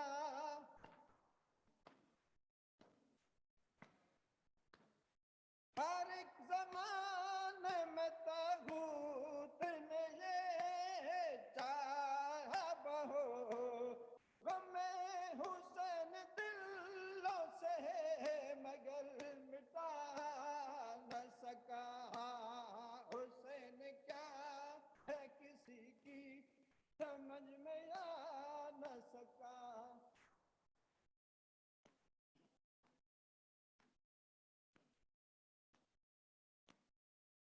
लागे मक्के सदया के शान असरे अशो लागे मक्के सदया के शान असरे अशो सजाया सब्र से इतना कोई बुझा न सका है हुसैन क्या है किसी की समझ में आ न सका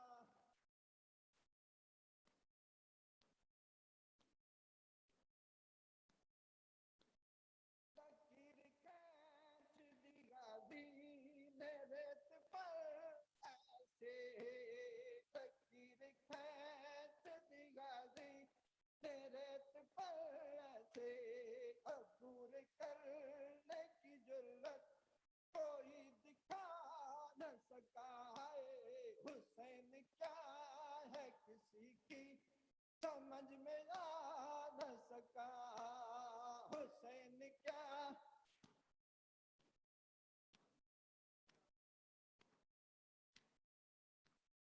सदाए अकबर जुड़ी है अकबर से सदाए अल्लाह अकबर जुड़ी है अकबर से जवानी ऐसी अज़ानों में कोई ला न सका है हुसैन क्या है किसी की समझ में आ न सका है हुसैन क्या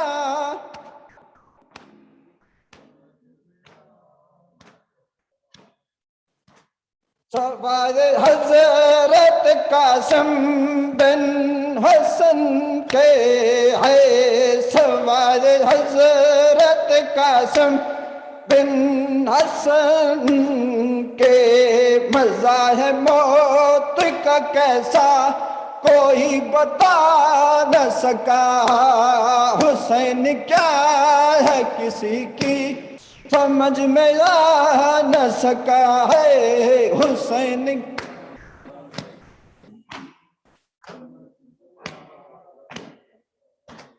सकीना कूजलिए इंतजार करती रही सकीना कूजलिए इंतजार करती रही अलम तो आया अलमदा शाह आ न सका है हुसैन क्या है किसी की समझ में आ न सका है हुसैन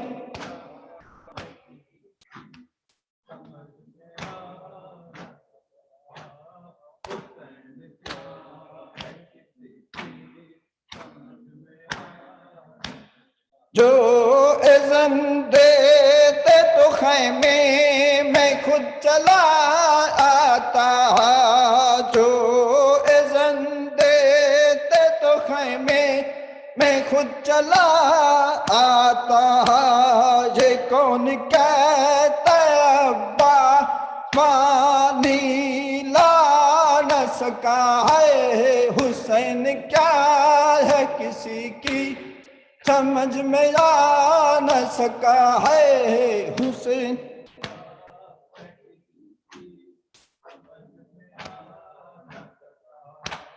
इस एक लम्हे को 1400 साल बीत गए इस एक लम्हे को 1400 साल बीत गए रवा हो शिमर कहा खंजर कोई भुला न सका है हुसैन क्या है किसी की समझ में आ न सका है Hussain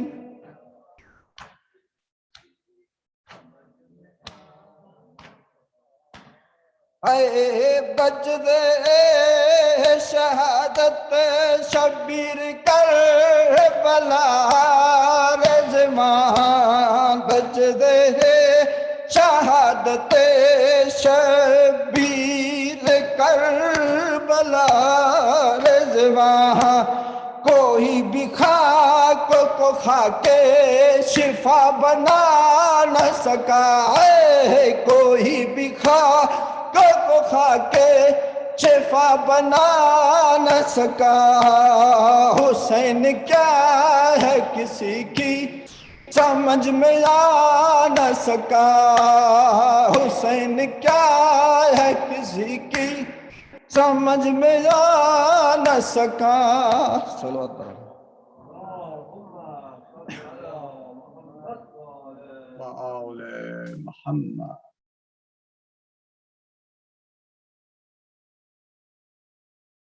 Salamun alaikum, brothers and sisters. Thank you for all the reciters, Brother Khusro, Brother Councillor Malik. Tonight is devoted to nephews of Imam Hussein alayhi salam. And narration says that Abdullah was 11 years old when he saw that Imam Hussein is fallen from the horse to the ground. He was really upset. And he said that, uncle, I want to help you. He ran toward Imam Hussein alayhi salam. His auntie Zainab wanted to stop him, but he was insisting. So Abdullah went and threw himself because he couldn't carry a weapon. He went and threw himself in the body of Imam Hussein alayhi salam. When they wanted to put a sword toward Imam alayhi salam, he could do just raise his hand to make a barrier, and the sword cut his hand. History says that he was shouting, Ya Abata, Ya Amma, Ya Abata, Ya Amma, means my father, my uncle, help me. In this time, there was not that much strength left in Imam Hussein, so he pressed Abdullah toward his chest and said, Abdullah, my dear nephew, please wait. In a few minutes, you will join your martyred father in heaven. And on that time, a poisonous arrow by Harmala reached his throat and he was martyred. And so there were two other teenagers of Zainab alayhi salam, Muhammad and who was martyred in Karbala. Shahid Teflan Zainab, Shahid Teflan Zainab, Shahid Teflan Zainab, Shahid Teflan Zainab. الهی کن نظر بر حال زینب خزان شد گلشن آمال زینب برای دین حق اونا محمد به میدان می روند اطفال زینب دل ما شد هوایی شده وقت جدایی رسید آوای زهرا بیا مادر کجایی برای لاله هایت کن دعایی شهید طفلان زینب شهید طفلان زینب شهید طفلان زینب فتاده بر دل زینب شراره بریزد از دو چشمانش ستاره نظاره می کند با قلب پرخون که جسم پاکشان شد پاره پاره نوا آمد ز میدان بیای دایی حسین جان بگیر این گاه آخر سر ما به دامان شدیم آخر فدای دین و قرآن شهید طفلان زینب شهید طفلان زینب شهید طفلان زینب شهید طفلان زینب دوباره سینه ها ماتم سرا شد دوباره خیمه ها غرق عزا شد کنار پیکر اونو محمد دوباره محشر کبرا به پا شد یکی در دست سقا یکی در دست مولا یکی آغوش حیدر، یکی آغوش زهرا، کند این صحنه را زینب تماشای. شهید طفلان زینب، شهید طفلان زینب، شهید طفلان زینب، شهید طفلان زینب. برادر جان فدای گریه هایم، برادر جان فدای گریه هایم. حسین گریه نکن زینب فدایم، حسین گریه نکن زینب فدایم. اگر چه لاله هایم غرق خون شد، فدای تار موی بچه هایم. شبم قربان سرت را، علی اکبرت را. بیا خواهر ببوسم گلوی اطهرت را. مبر با خود دگر انگشترت را. شهید طفلان زینب، شهید طفلان زینب، شهید طفلان زینب، شهید طفلان زینب، شهید طفلان زینب. صلوات اللهم صل على محمد و آل محمد. Thank you, Chairman, for giving me this opportunity to recite tonight for the nephews of Abu Abdullah alayhi salam. Thank you so much for listening, all the attendees, ladies and gentlemen.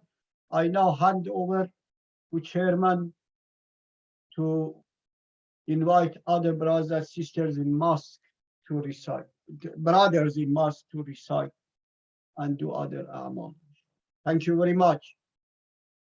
My برادر عزیزم زینب شود فدایت، برادر عزیزم زینب شود فدایت.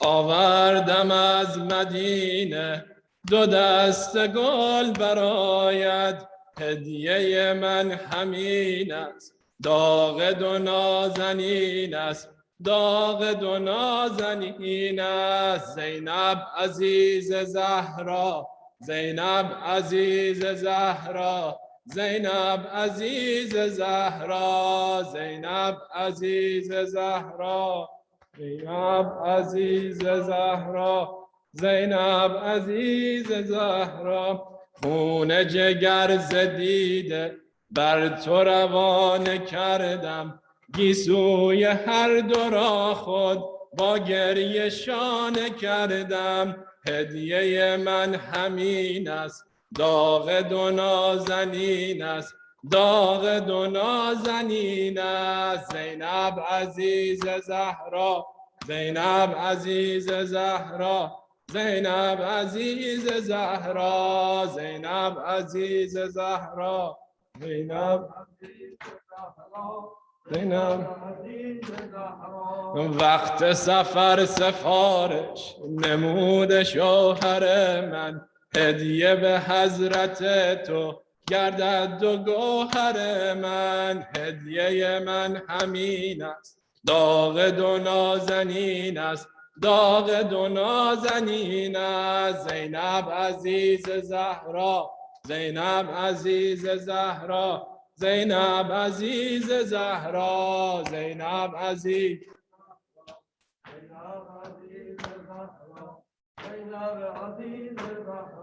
شکر خدا که امروز مادر دو شهیدم روز جزا به نزد فاطمه رو سفیدم. هدیه من همین است، داغ دو نازنین است، داغ دو نازنین است. زینب عزیز زهرا، زینب عزیز زهرا، زینب عزیز زهرا، زینب عزیز زهرا.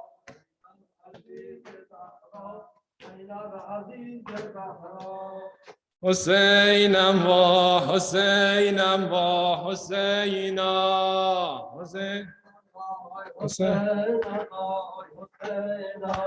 حسینم و حسینم و حسینا. غریبم و غریبم و غریبا، حسینم و حسینم و غریبم و غریبم و غریبا.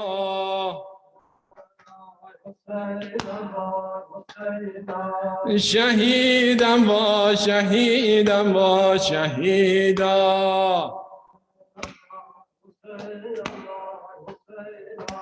اگر کشتن چرا آبد ندادن، حسینم و حسینم و حسینا.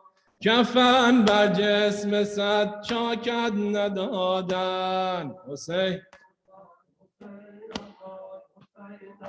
اگر کشتن چرا خاکت نکردن، حسینم و حسینم و حسینا. کفن بر جسم صد چاکت نکردن، حسینم و حسین. اگر کشتن چرا رسد بریدن، حسینم و حسینم و حسینا. زکینه بر سر نیزه نمودن، حسینم و حسین جانم چرا تو سر نداری، حسینم چرا انگشت و انگشتر نداری، حسینم و حسینم و حسینا. حسینم و حسینم و حسینا، حسینم و حسینم و حسینا. صلوات الله صلی الله.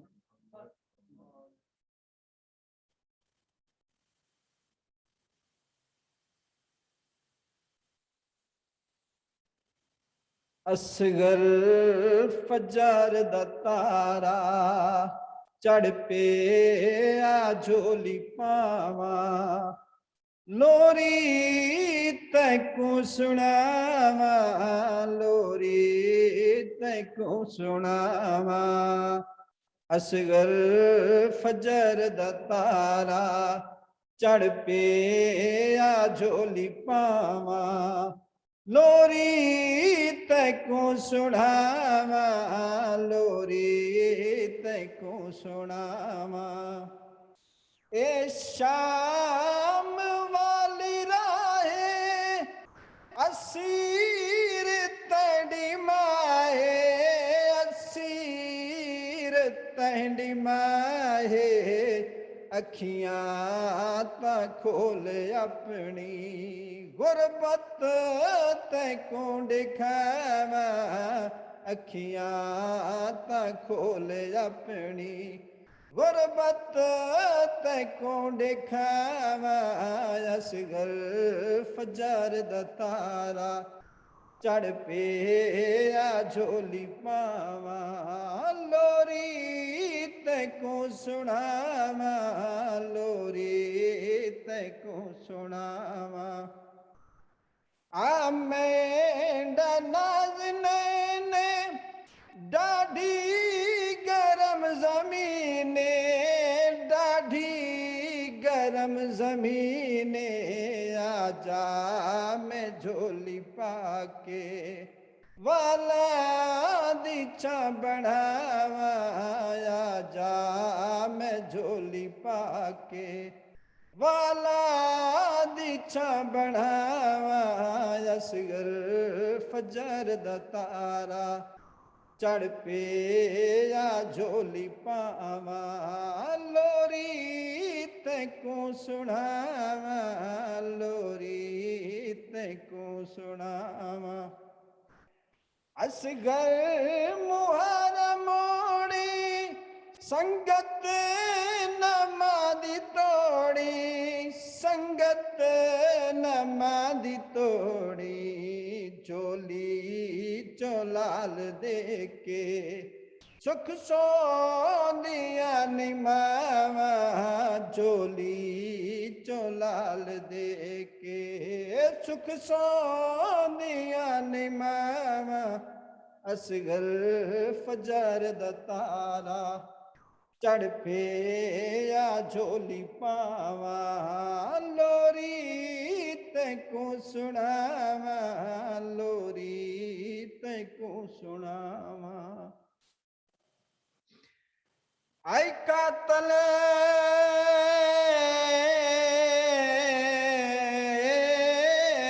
छत्ती सालां दा ते मकतूल फकत छे मादा जदा जालिम खंजा तीर को छिकलाई फट जिगर गया असगर दी मां बीबिया दिए मैंडी असरत आई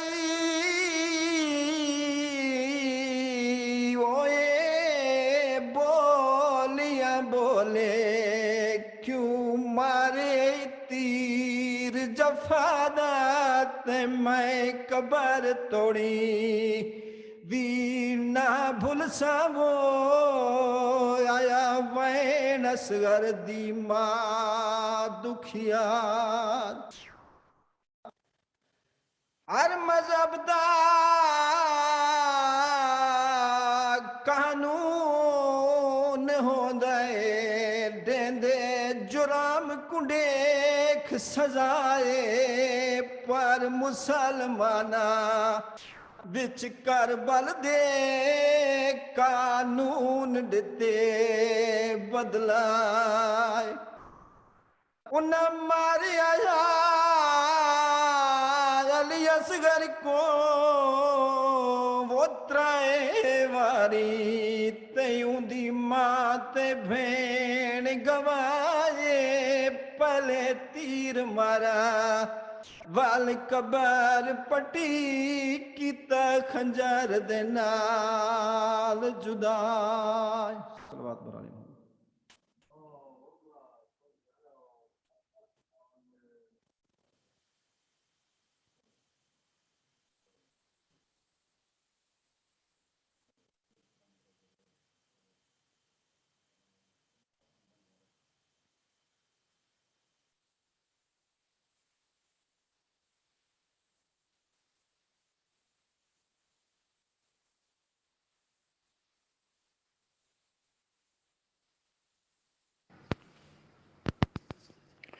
Before the final dua, let's recite Dua Imam Zaman and then 5 times Ayah Mubarakeh and Yujib. Let's remember all marhumin. Let's make dua for all mu'mineen around the world, especially those who are fighting for freedom and justice in Palestine, in Yemen, Africa, also for the future of the mu'mineen and Muslimin in Afghanistan, for everyone's health, especially in this pandemic situation around the world, and for those who are in hospitals.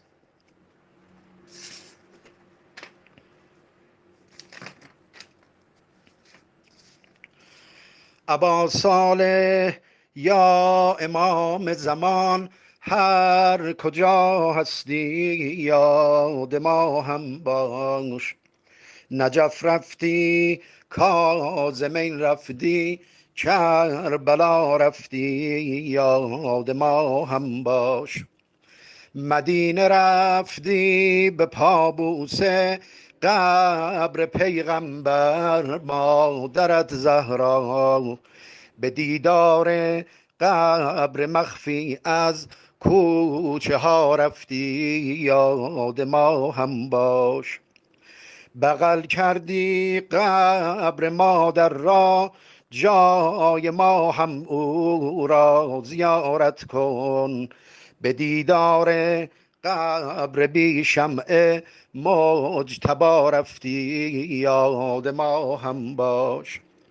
شب جمعه کربلا رفتی یاد ما هم کن چون زدی بوسه.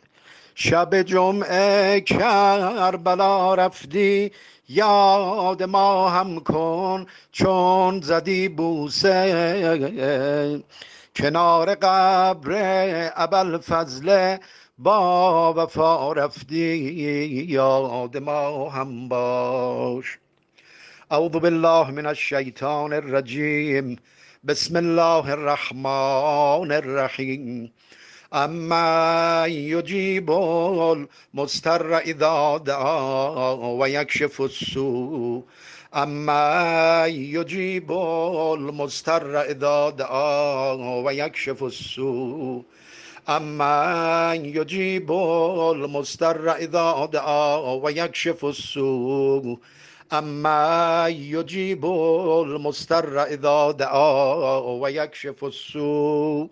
اما یجیب المضطر اذا دعا و یکشف السوء. نسألك اللهم وندعوك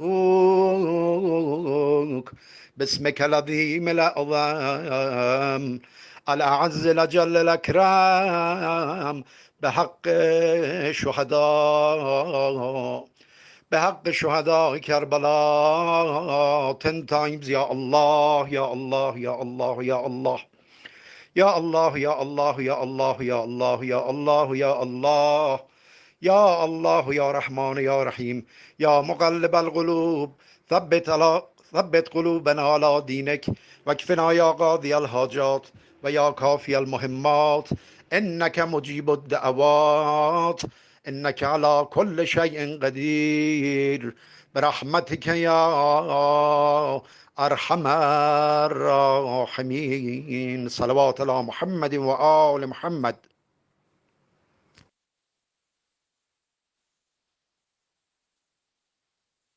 متوجہ یار السلام علیکم یا رسول اللہ، السلام علیکم یا نبی اللہ، السلام علیکم یا حبیب اللہ، السلام علیکم یا باعث الہدا، السلام علیکم ورحمۃ اللہ وبرکاتہ.